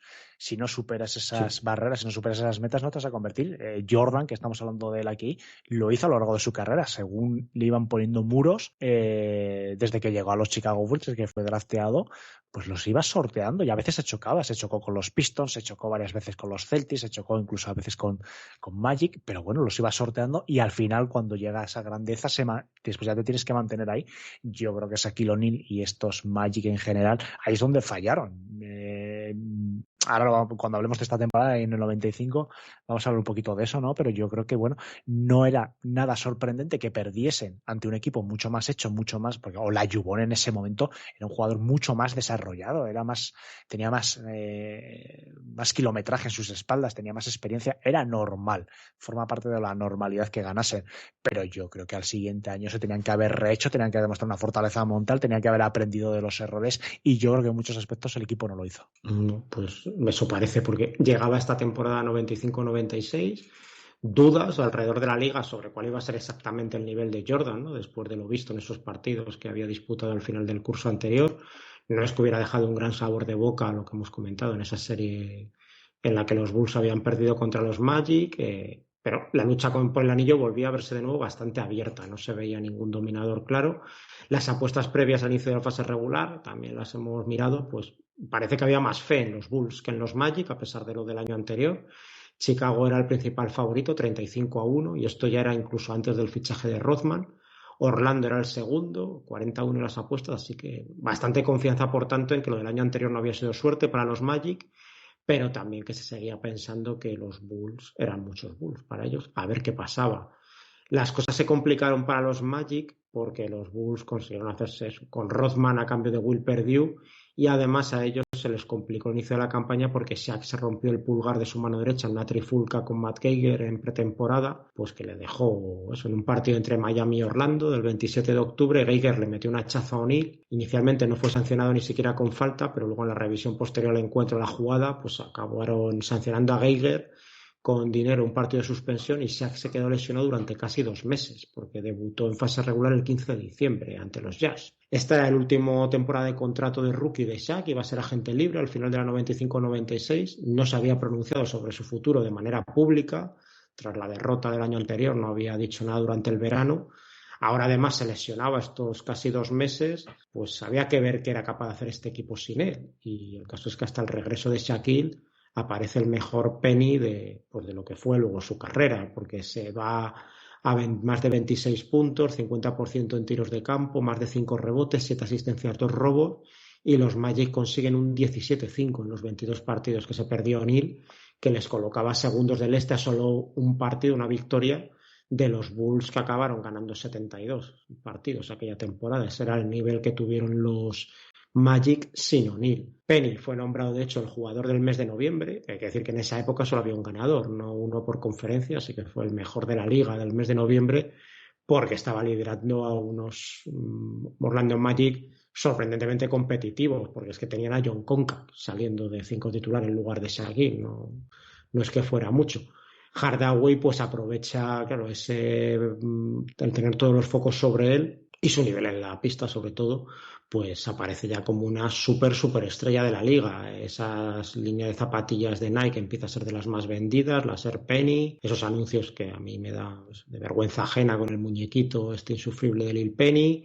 Se empieza a convertir realmente en algo muy grande y con Orlando ganando, pues muchos empiezan a preguntarse de quién era esto, si era el equipo de Shaq o el equipo de Penny. Shaquille, que tenía un ego pues más grande que él, empieza a ver que pueden hacerle sombras o tampoco acaba de gustarle, no lo oculta. Eso empieza a afectar a la armonía del vestuario, claro, lo del tema de siempre, de los dos gallos en el mismo corral. Por mucho que Penny fuera un tipo bastante callado y timidillo, pues claro, no suele ser una buena idea en equipos profesionales lo de que no estén claras las jerarquías, y menos si Shaq es uno de esos gallos, lo que decimos, porque era un tipo con bastante ego, además bastante joven, y que parecía que no iba a aceptar que le hicieran sombra. Bueno, ya le pasó con Kobe, ¿no? Posteriori, como bien dices, los egos son malos para la convivencia, sobre todo si no se gana, ¿no? Cuando se va ganando, se va metiendo debajo de la alfombra todos estos líos. Aunque en Lakers es cierto que incluso ganando, bueno, terminaron saliendo, pero sí, esto no suele ser buena señal. Complicado, ¿no? Esto, Alejandro, cuando dos chicos jóvenes empiezan a ir para arriba a la vez y, claro, tenemos el ejemplo lo de Pippen, ¿no? O aceptas muy bien tu rol, aunque te fastidie, ¿no? Pero lo aceptas, bien porque realmente ves que el otro es mucho mejor que tú y ya está, intentas crecer a su lado y aprovecharlo para el beneficio colectivo, o si no, no está claro quién es el macho alfa y quién es el ayudante, suele haber generalmente problemas, ¿no? Sí, pues que eso se sigue viendo hoy en día, ¿no? Fíjate, por ejemplo, hay problemas de convivencia en Utah que hubo con Donovan Mitchell, Rudy Gobert, o sea, es algo que es totalmente actual. Para que alguien brille, el otro tiene que dar un paso atrás. Si los dos intentan entrar por la misma puerta de la fama, se van a quedar ahí atascados en el marco de la puerta.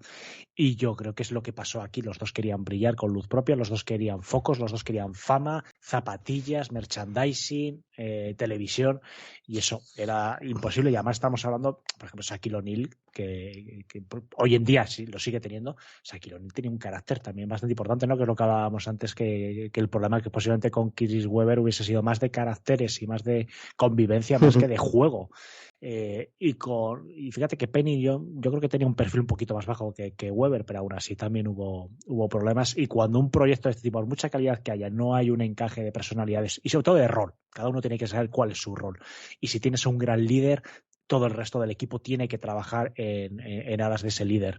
Cuando eso que parece muy sencillo sobre el papel, pero cuando eso no funciona, los proyectos se acaban yendo antes o después por el desagüe. Sí, porque parecía que ellos se llevaban bien, más o menos, ¿no? Bueno, ya ahora, años después, y sobre todo, digo, la gente le animo a que vea ese documental de los Magic, ellos salen ahí hablando juntos y lo dicen, que realmente no había demasiados problemas, pero sí había mucho ruido externo. Estaban ahí los agentes, la prensa y sobre todo también las marcas de zapatillas de ambos, Nike con Hardaway, Reebok entonces con O'Neal. el ambiente pues empezó a enturbiarse. También lo que decimos, ellos eran muy jóvenes, tampoco supieron llevar muy bien aquello, ninguno de los dos. No era como lo que decía antes Manuel, Magic llegó a los Lakers, Karim tenía 12 años más, era también otra época, Karim estaba en otra etapa de su carrera, de su vida, de todo. Aquí, ¿qué pasaba? Pues que los dos jugadores estaban en fase de desarrollo, realmente competían por ser los mejores de la liga, por tener los mejores contratos, más focos, bueno, más de todo, y lo que yo decía antes, ¿no? Yo creo que salvo que alguno de los dos hubiera dicho, oye, tú eres el líder, a tu disposición, yo me pongo aquí para jugar para ti, pues según avanzaba la temporada 95-96, cada vez se veía más complicado que esa relación funcionara, empezó a haber muchas dudas sobre eso, la armonía del equipo. Y claro, ¿qué podría haber salvado esto? Pues que los éxitos colectivos hubieran llegado. Lo que decía antes Manuel, que tampoco es garantía, pero hombre, cuando el viento sopla a favor, pues estas cosas suelen taparse más. Y otro tema que enturbió las cosas en Orlando fue un punto importante, fue que murió la abuela de Shaquille, la franquicia le dio permiso para tomarse el tiempo que necesitara, pero tras 2 partidos de ausencia llegaba un encuentro ante los Bulls televisado a nivel nacional y le dijeron pues que tenía que volver para jugar y que contaban con él para esa fecha. Hasta pocos minutos antes del inicio del partido nadie sabía dónde estaba Shaq. Este apareció finalmente, justo a tiempo para jugar. Aún así, Brian Hill no le puso de titular. Su intención fue la de no sacarlo directamente por aparecer de esa manera, sin aviso previo. En esa temporada en ese momento no había móviles ni nada parecido. Pero bueno, no se sabe muy bien por qué, terminó poniéndolo en la cancha, se dice que porque le obligaron desde arriba, aunque siempre se negó tal cosa, pero a Shaq pues le molestó bastante todo aquello en general, lo de que no respetaran su duelo por la abuela, que luego él dice que hizo todo lo posible por llegar y le ponen de suplente. Bueno, al final, pues una grietita más en esa relación con la franquicia, de la que pensaba también que no le promocionaban como la auténtica cara de los Magic, porque pues, habían visto que con Penny iba bien y querían que compartiera el puesto hombre franquicia con Penny, y hizo unas declaraciones que dijo, se llama hombre franquicia porque es uno, si no se llamaría hombres franquicia, y la inteligencia brutal de O'Neal en estas declaraciones. Bueno, a ver, la renovación en este punto parecía imposible, ¿no? Aunque el dinero y un posible anillo evidentemente lo arreglan casi todo, luego cuentas más. Lo de la muerte, ¿no? De su abuela, hombre, ponle un avión privado, habla con él, busca una solución que tenga contento al jugador, que también evidentemente beneficia al equipo, pero yo creo que eso de negarse, claro, no obligas, ¿no? Pero el jugador dice, mira, yo voy a ir, pase lo que pase, yo creo que trae malas consecuencias. O sea, y aparte, en este caso, como en el caso de todos los jugadores buenos que tienen que renovar, la sartén por el mango la tienen ellos. Entonces, yo es que nunca entiendo o sea, sé inteligente, ¿no? O sea, ¿para qué te pones en contra a O'Neal? Y aparte, que si me dices que es que te está jugando la final de la NBA, pero aparte que, no sé, no llego a entenderlo nunca cuando se dan estas situaciones, el buscar una confrontación por parte del club, pero bueno, así fue. Esto ha sido así siempre, ¿no, Alejandro? Ahora es más una liga de jugadores, pero ya en aquella época igual, y no suele ser una buena idea lo que dice Manuel, ¿no? Lo de no tener contento a tus estrellas, lo de ir con lo de me impongo porque soy tu jefe y el que te pago, bueno, a corto plazo, diría yo directamente, no suele ser una buena idea. No, hombre, porque hay que saber, por un lado entiendes, ¿no? A la franquicia, el decir, bueno, pues oye, tú eres un jugador nuestro, te estamos pagando tanto, pues bueno, intenta, ¿no? Yo creo que esto es un tema de ambas partes, de saber, es decir, fallece su abuela, pues es normal, el equipo le dice, oye, tómate los días necesarios, tal, pero tómate los días necesarios, pero también es lo que lo dices con la boquita pequeña, ¿no? En plan, bueno, oye, vete, pero por favor ven lo antes posible que te necesitamos. También hay Shaquille O'Neal, pues bueno, sin entrar en su estado anímico o si estaba más o menos unido con su abuela, pues evidentemente él también tenía que saber, pues bueno, oye, tómate unos días, pero vuelve, no dejas de ser un profesional como cualquier otro tipo de trabajo que te dan tus días, pero te tienes que incorporar, etc. Lo que está claro, evidentemente, que además teniendo ya temas de contratos, de posibles renovaciones, fue poco inteligente por parte de la franquicia tratarle de una manera tan tosca, sin entrar en que tuviese más o menos razón. Pero fue una manera muy tosca y de provocar a un jugador, evidentemente, que estaba empezando a mirar ya de reojo a otros equipos y que no le iban a faltar novias en la NBA. Exactamente. Y bueno, Bueno, con todos esos problemas ahí latentes, ese año en el que Chicago, lo que hemos dicho, acaba la fase regular con el 72-10 histórico, que era el mejor récord de la NBA hasta ese momento, solo lo han superado luego el 73-9 de los Warriors, pues los Magic no se quedan demasiado atrás porque llegan a las 60 victorias por primera vez en la historia de la franquicia. Shaq es incluido en el tercer mejor equipo del año, a pesar de todos esos partidos que se pierde al inicio del curso que hemos dicho, y Penny repite por segundo año consecutivo en el mejor quinteto del NBA y queda tercero en la votación para el MVP, lo que decíamos, ya completamente instalado por si había alguna duda en la nobleza absoluta de la liga.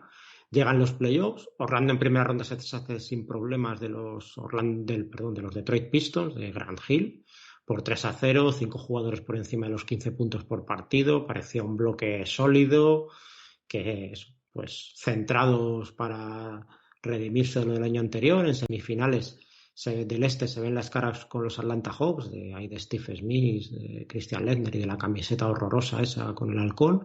También ganan con autoridad 4-1, con Shaq en casi 28 puntos de media, 63% en tiros de campo. Luego también es verdad que tiene un 39% en tiros libres para compensar. Y Penny acompañándole, 24 puntos, 5 rebotes, 7 asistencias. Ganan, por tanto, y ahí llega pues la final de la conferencia. Era inevitable terminar enfrentándose de nuevo los Chicago Bulls si querían volver a disputar la final de la NBA.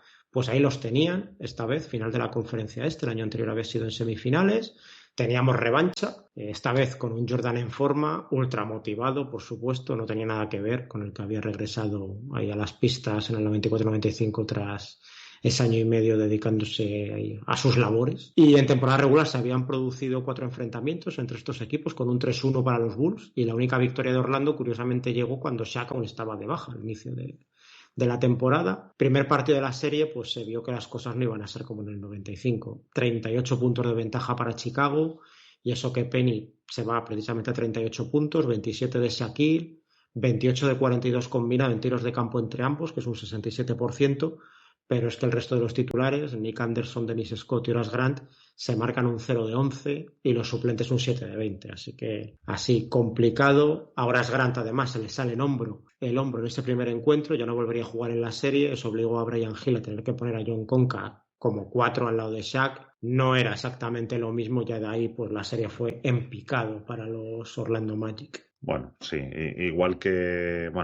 hemos criticado antes a Jordan, ¿no? De, oye, va a haber vuelto antes. La verdad que en esta temporada lo ha avanzado Alejandro, pues bueno, se mentalizaron y estaba en modo killer y no les tosió nadie.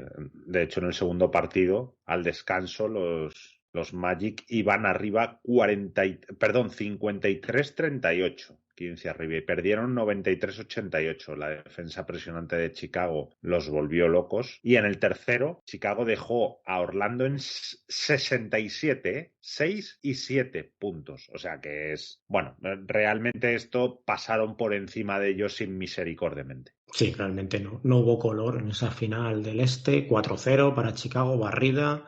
Shaq y Penny no lo hicieron mal en cuanto a números. O'Neal se queda en 27 puntos, 11 rebotes, 64% en tiros de campo. Es verdad que horripilante, 36% en tiros libres.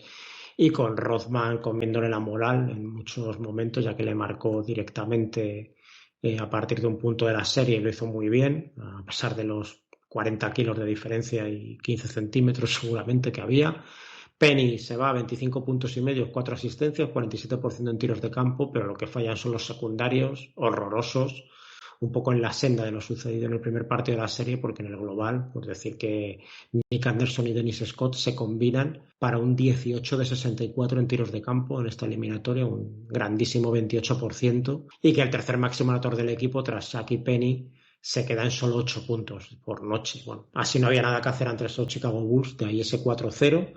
Así que por tercera vez consecutiva los Magic acababan la temporada siendo barridos, porque habían caído 3-0 ante los Pacers en el 94 en primera ronda, 4-0 ante los Rockets en el 95 en la final de la NBA y 4-0 ahora ante Chicago en esta final del Este. Pues terminaba la temporada 95-96 y por desgracia para todos pues se iba a producir la descomposición de la parejita. Lo que hemos dicho, en este verano del 96 Shaquille se convertía en agente libre y tras la eliminación ante los Bulls pues todo el mundo se preguntaba dónde iba a jugar en la 96-97.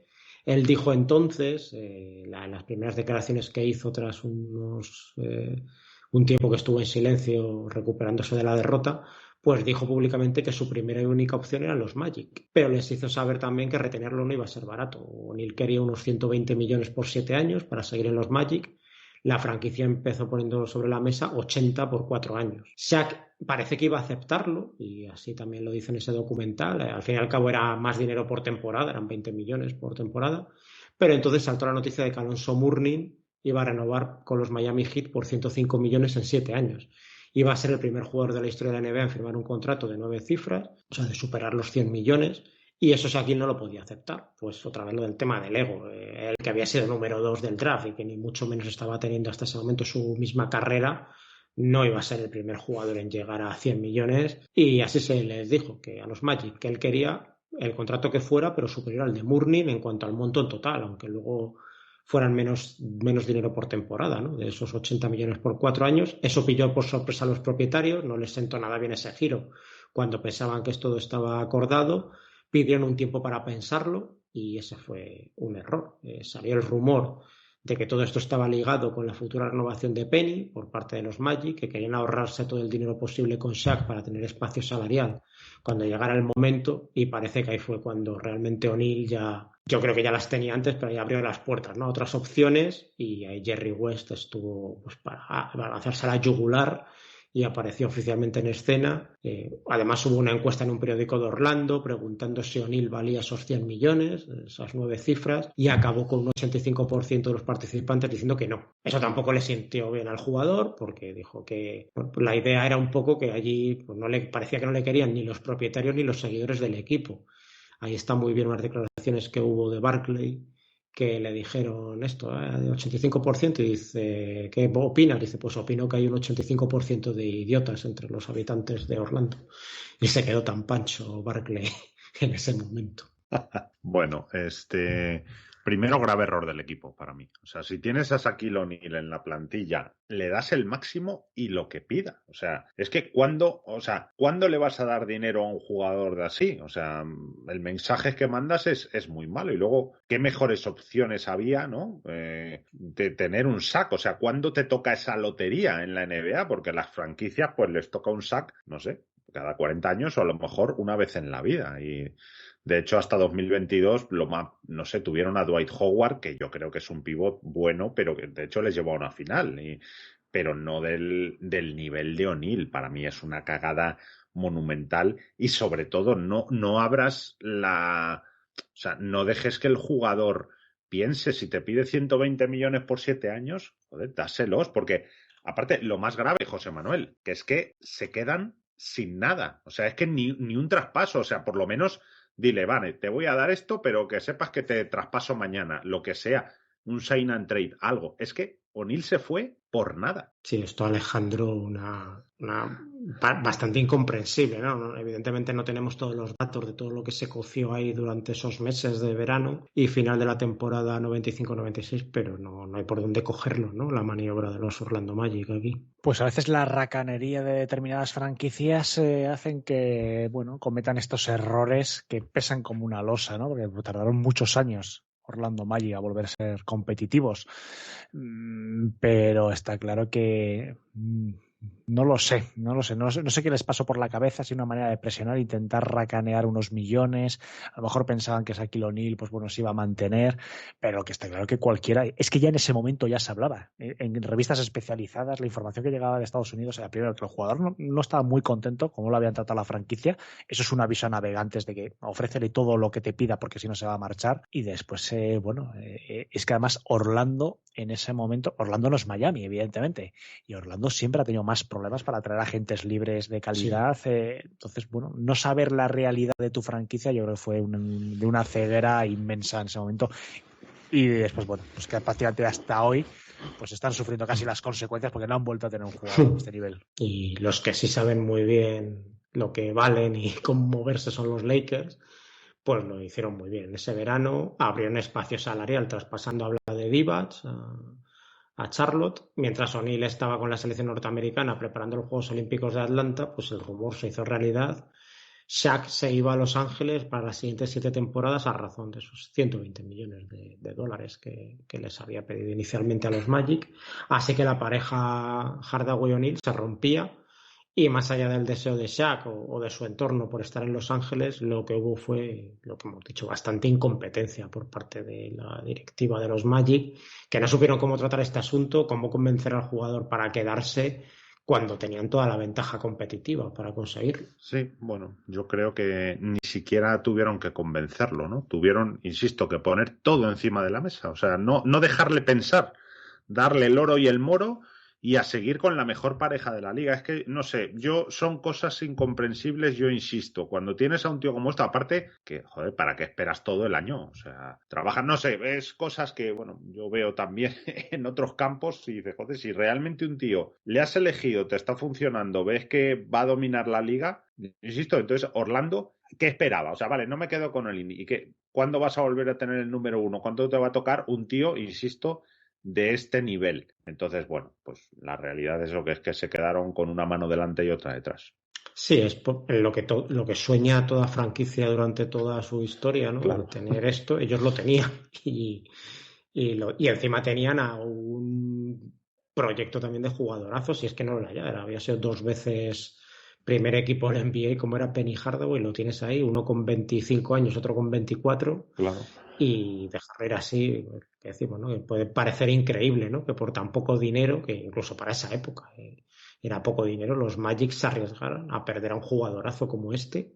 Bueno, lo que hemos visto, la negociación se fue enquistando, la relación rompiéndose y acabó como acabó. O'Neal fichando como agente libre por los Lakers, lo que tú decías, Manuel, a cambio absolutamente de nada. Hay la duda, ¿quiso alguna vez Shaquille quedarse realmente en Orlando en ese verano?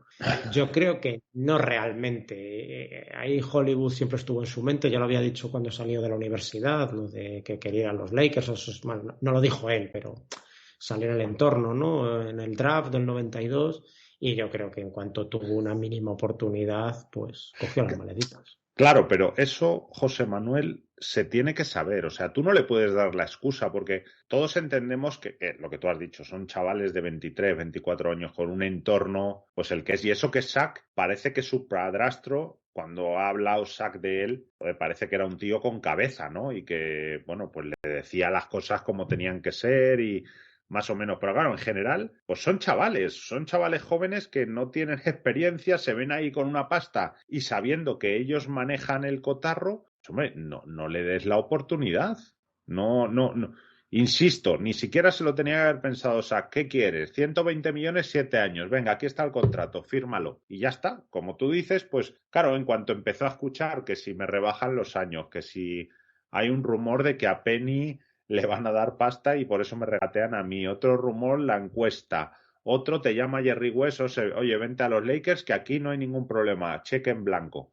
Pues claro, ya le estás creando la duda y te digo una cosa, José Manuel, en cuanto hay duda, ya ahí sí que estás perdido, porque ya el jugador, como tú dices, se le empieza a meter el bichito y adiós. Así que nos quedábamos a partir de ahí pues con el what if, ¿no? El que hubiera pasado, sí. ¿Qué hubiera pasado si Shaq hubiera permanecido en Orlando y Penny no se hubiera lesionado después? Que ahora lo vamos a ver. ¿Habría tenido una dinastía esa franquicia de los Orlando Magic? Pues si se hubiera mantenido O'Neal y Hardaway creciendo juntos, se les hubiera rodeado de los jugadores y también el tema de los técnicos, ¿no? Tener al entrenador adecuado. Yo creo que eso tendría que haber asegurado al menos estar ahí en la pomada muchos años, ¿no? Pero, a ver, yo no veo la manera en la que podrían haber ganado a los Bulls del 96 al 98 con los secundarios que tenían esos Magic, por mucho que ganaran a Chicago en los playoffs del 95, como ya hemos contado, pues ahí Jordan estaba como estaba, había en los Bulls un agujero en el puesto de 4 enorme que luego lo llenó Dennis Rodman. Yo creo ahí un poco, ¿no? Como se vio en la serie esta del 96, Rodman podía hasta contener a Shaq, limitarlo en su producción, mientras que Pippen pues perfectamente podía emparejarse con Hardaway, eliminar ahí toda la ventaja, ¿no? Que este solía tener por su altura y por su rapidez ante los defensores generalmente más pequeños que le ponían. Luego ni Nick Anderson ni Dennis Scott eran rivales para Jordan, evidentemente. Y además los Magic pues también no tenían a Phil Jackson precisamente en el banquillo. Yo en esa ventana del 96 al 98 no creo que hubieran podido dar la sorpresa ante los Bulls. Bueno, ahí, a ver, el problema de Orlando fue más de secundarios que de Penny y Sack, bajo mi punto de vista. Yo sí creo que el equipo hubiera crecido y los Bulls lo hubieran tenido más difícil para ganarlos. Sack se fue convirtiendo en una bestia parda y yo creo que un Penny sin lesiones, pues era un jugador excepcional que yo creo que lo hubiera hecho cada vez mejor. Quizá a los Bulls no los ganaban, pero claro, esa mili les hubiera venido tan bien pues como a los Bulls la de Pistons, ¿no? Yo creo que estos dos juntos, y como dices tú, sanos, 3 o 4 anillos los veo sin problemas. Creo que el encaje de Hardaway con Sack era mejor que con Kobe. Quizá, bueno, y sin quizá Kobe fue un mejor jugador. No sabemos Hardaway hasta dónde hubiera llegado sin lesiones. Porque Penny no era un jugador tan egoísta de cara al aro. Yo creo que él distribuía balón, tiraba cuando tenía que tirar. De fuera, pues era decente. Es cierto que Sack siempre tuvo un juego que necesitaba alimentación cerca del aro, o sea, no fuera de los 3 metros, pues no era un jugador efectivo. Y bueno, Penny, la verdad que aparte de abastecerle, era una delicia de ver, ¿no? Era ágil, tenía control de balón y ya digo, decente tirador. De hecho, en sus 2 mejores temporadas, cuando estuvo en el mejor quinteto de la NBA, 33% en tiros de 3 esas 2 temporadas y en playoffs en esas 2 temporadas 39%. De hecho, acabó su carrera con un 38% en triples, que está muy bien. Yo creo que desde luego lo hubieran bordado. ¿Y tú, Alejandro, en ese segunda dinastía de los Bulls, tú crees que hubiera podido cortarse de haber seguido juntos estos dos jugadores en Orlando? Yo creo que no. Yo creo que no. Que lo hubiesen puesto en dificultades, que hubiese sido a lo mejor el gran rival del este para los Bulls, seguramente, pero yo no creo que hubiesen podido, no sé, que hubiesen podido con ellos. Ve un pelín, quizás un peldaño por encima. Es decir, para que Orlando ganase a Jordan, necesitaron que Jordan estuviese, digamos que en su peor momento de todos los años 90, ¿no? Que fue justo cuando regresa, posiblemente desmotivación, un poquito falta de forma, etc. O sea, y aún así tampoco fue una barrida. O sea, los Bulls se defendieron, ganaron algún partido de la serie, o sea, se defendieron un poquito. Yo creo que no, es muy complicado entrar aquí, ¿no? En esta pregunta, porque evidentemente Sack y Penny al 100% más el equipo, pero posiblemente, para empezar, yo creo que el banquillo de los Bulls era mejor. Steve Kerr y Kukoc tenían una calidad que no encuentro en Orlando en esta época. Yo creo que quizás posiblemente, no tanto por las estrellas, sino quizás por los secundarios, los jugadores de rol, yo creo que se hubiese decantado de una manera clara o bastante clara por los Bulls.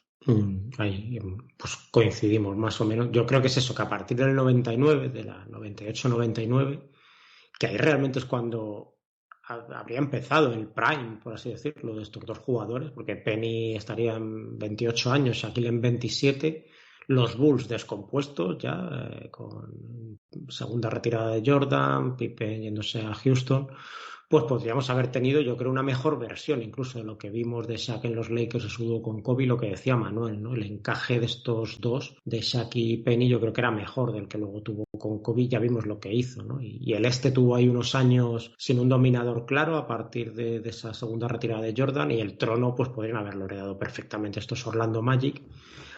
Hay también lo del tema de las variables del entrenador que hubiera tenido el equipo. Yo creo que Brian Hill no era el hombre. Luego los movimientos que habrían tenido que hacer en los despachos para rodear a la pareja adecuadamente, lo que tú decías, Alejandro, ¿no? Mejores secundarios. Pues a ver, todo esto se podría haber alterado, evidentemente, esto es ficción, pero incluso con la trayectoria, bueno, errática, ¿no? Por decirlo de alguna manera, que hubo en los despachos de Orlando, lo normal era que este equipo hubiera vuelto a disputar más finales y terminara, pues, ¿por qué no?, ganando algún anillo, lo que dice Manuel, o 3 o 4, ¿no? Si ambos jugadores hubiesen estado sanos, claro.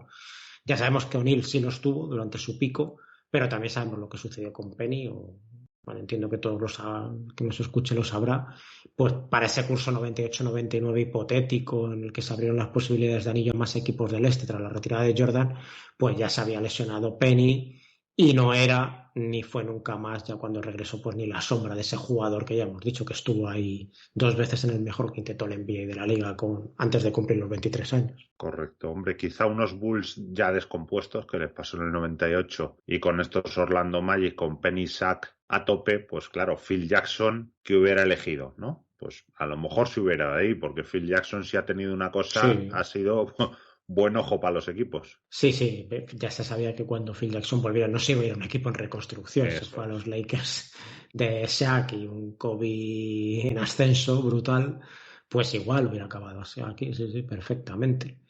Bueno, Penny, tras la marcha de Shaquille de Orlando, tuvo una temporada 96-97 en la que ya solo disputó 59 partidos por problemas en su rodilla izquierda y en la que bajó sus números respecto al año anterior cuando todo el mundo esperaba pues que diera un paso adelante, ahí ya con todo el equipo girando a su alrededor y viendo lo que había hecho el año anterior cuando Shaquille estuvo lesionado, pero no fue así. Se quedó en 20 puntos y medio, que era su mínimo desde el año rookie. No llegó ni al 45% en tiros de campo ni a las 6 asistencias por partido, en ambos casos marcando mínimos de carrera hasta entonces, así que fatal esa temporada, que se suponía que iba a ser la de la explosión absoluta de Penny. Pues claro, la vida sin Shaq no era sencilla. Brian Hill fue despedido en febrero del 97. Los Magic acabaron con un récord de 45-37, que eran 15 victorias menos que el curso anterior. Y en playoffs sí que los llegan, pero caen en primera ronda ante Miami Heat por 3-2. Luego ya en la 97-98 Hardaway solo disputó 19 partidos y lo que hemos dicho, nunca volvió a ser el mismo, aunque jugó varios años más en la liga. La pregunta es qué hubiera podido pasar también si no se hubiera lesionado, ¿no? Para mí la sensación es que viendo lo que pasó tras la marcha de Shaq, es que si hubiera asumido el rol de escudero, yo creo que esta pareja podría haberse mantenido unida. Shaquille hubiera estado contento y los Magic habrían estado ahí en el top de la NBA muchos años, pero siempre que el equipo hubiera girado alrededor de Shaq. Yo creo que si no, antes o después, pues habría pasado lo que pasó o que habría acabado como acabó el tema en los Lakers de Kobe, ¿no? Con una guerra civil interna, no veo otra salida, eso, salvo que Penny hubiera dado un paso atrás, no hubiera tenido la mala suerte de lesionarse y con el equipo girando alrededor de Shaq, pues hubieran llegado esas nuevas oportunidades de conseguir el anillo. Sí, bueno, nunca se sabe. A ver, yo una coda, la verdad que no tengo los pelos de la burra, pero sé que lo escuché alguna vez, que Shaq declaró en una comparativa con la película del Padrino, que Kobe Bryant era como Sonny Corleone, el hijo vehemente, Dwayne Wade era Michael, ¿no? Como el que controla todo, inteligente, y que Anthony Hardaway era como Fredo, que no, digamos que no era el más inteligente de los hijos. Suponemos que él mismo sería el padrino, ¿no? Pero para que veamos el tipo de consideración que tenía por cada uno, ¿no? Yo creo que quizá con Hardaway exageró, pero bueno, este era lo que pensaba este buen hombre.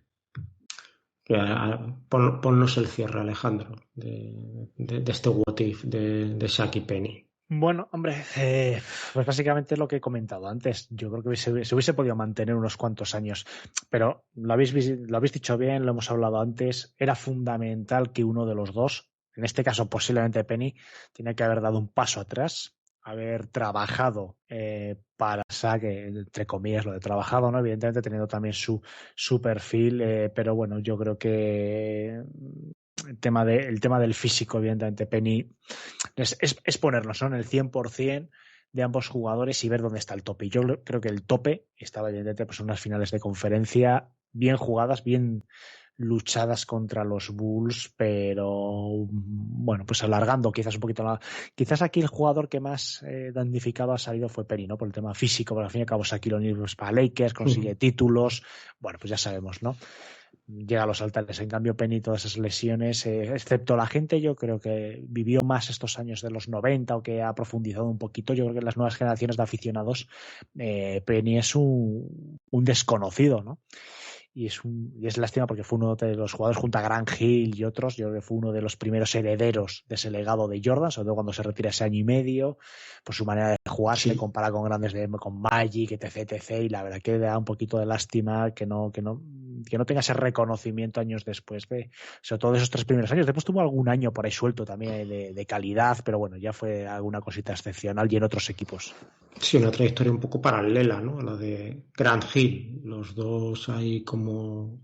Sí, yo creo que fueron los principales herederos, ¿no? Por carisma, lo que lo contamos en el especial de Grant Hill, aquí en Back to Back, ¿no? Tema de la prensa a favor de ellos, chicos buenos, las marcas publicitarias, la calidad baloncestística que era incuestionable. Estaban ahí en ese momento que desapareció Jordan y parecía que iban a ser las caras de la liga y los dos tuvieron pues similar trayectoria, ¿no? Con lesiones y luego aguantaron varios años en la liga, pero ya en un papel muy secundario cuando regresaron. Pero bueno, por eso le queríamos dedicar, porque realmente fue un jugador, bueno, yo creo que quien no se entiende hablar de los 90 en la NBA sin hablar también en algún momento de Penny Hardaway y de esta pareja que formó ahí con Shaquille en los Orlando Magic. Así que pues aquí dejamos esto, que lo que decimos siempre, Alejandro, que agradecer a todo el mundo el apoyo, lo que has dicho tú al inicio del programa, los likes, los comentarios, las escuchas, que siempre nos agrada, ¿no?, que esto vaya gustando a la gente. Por supuesto que sí. Siempre os lo comento, vamos, que es de los programas más escuchados que hacemos de todo lo que es la familia, ¿no? De la cual, oye, formáis parte de toda la familia de Back to Back, es de los más escuchados, la gente le encanta y es todo un orgullo. Y nada, y además, siempre lo digo, todavía hay muchos temas por ahí que les va a gustar mucho a la gente, y por supuesto que si alguien tiene ideas, oye, que los vayan dejando, que además que sois vosotros para eso muy voluntariosos y siempre tomáis nota de todo. Sí, nosotros aquí somos muy bien mandados. Nosotros sí damos un paso atrás, no queremos ser ahí las estrellas, así que nada, cualquier cosa que alguien quiera, si es mínimamente interesante, que seguro que lo será, si nos lo propone cualquier oyente, nosotros lo tomaremos en consideración. Y nada, pues llegamos al final del programa. Muchas gracias, Alejandro, como siempre, por recibirnos aquí en tu casa. Esperemos que les haya gustado a todos y nos encontramos por aquí dentro de poco, de nuevo aquí en Back to Back. Fuerza y honor. Hasta la próxima.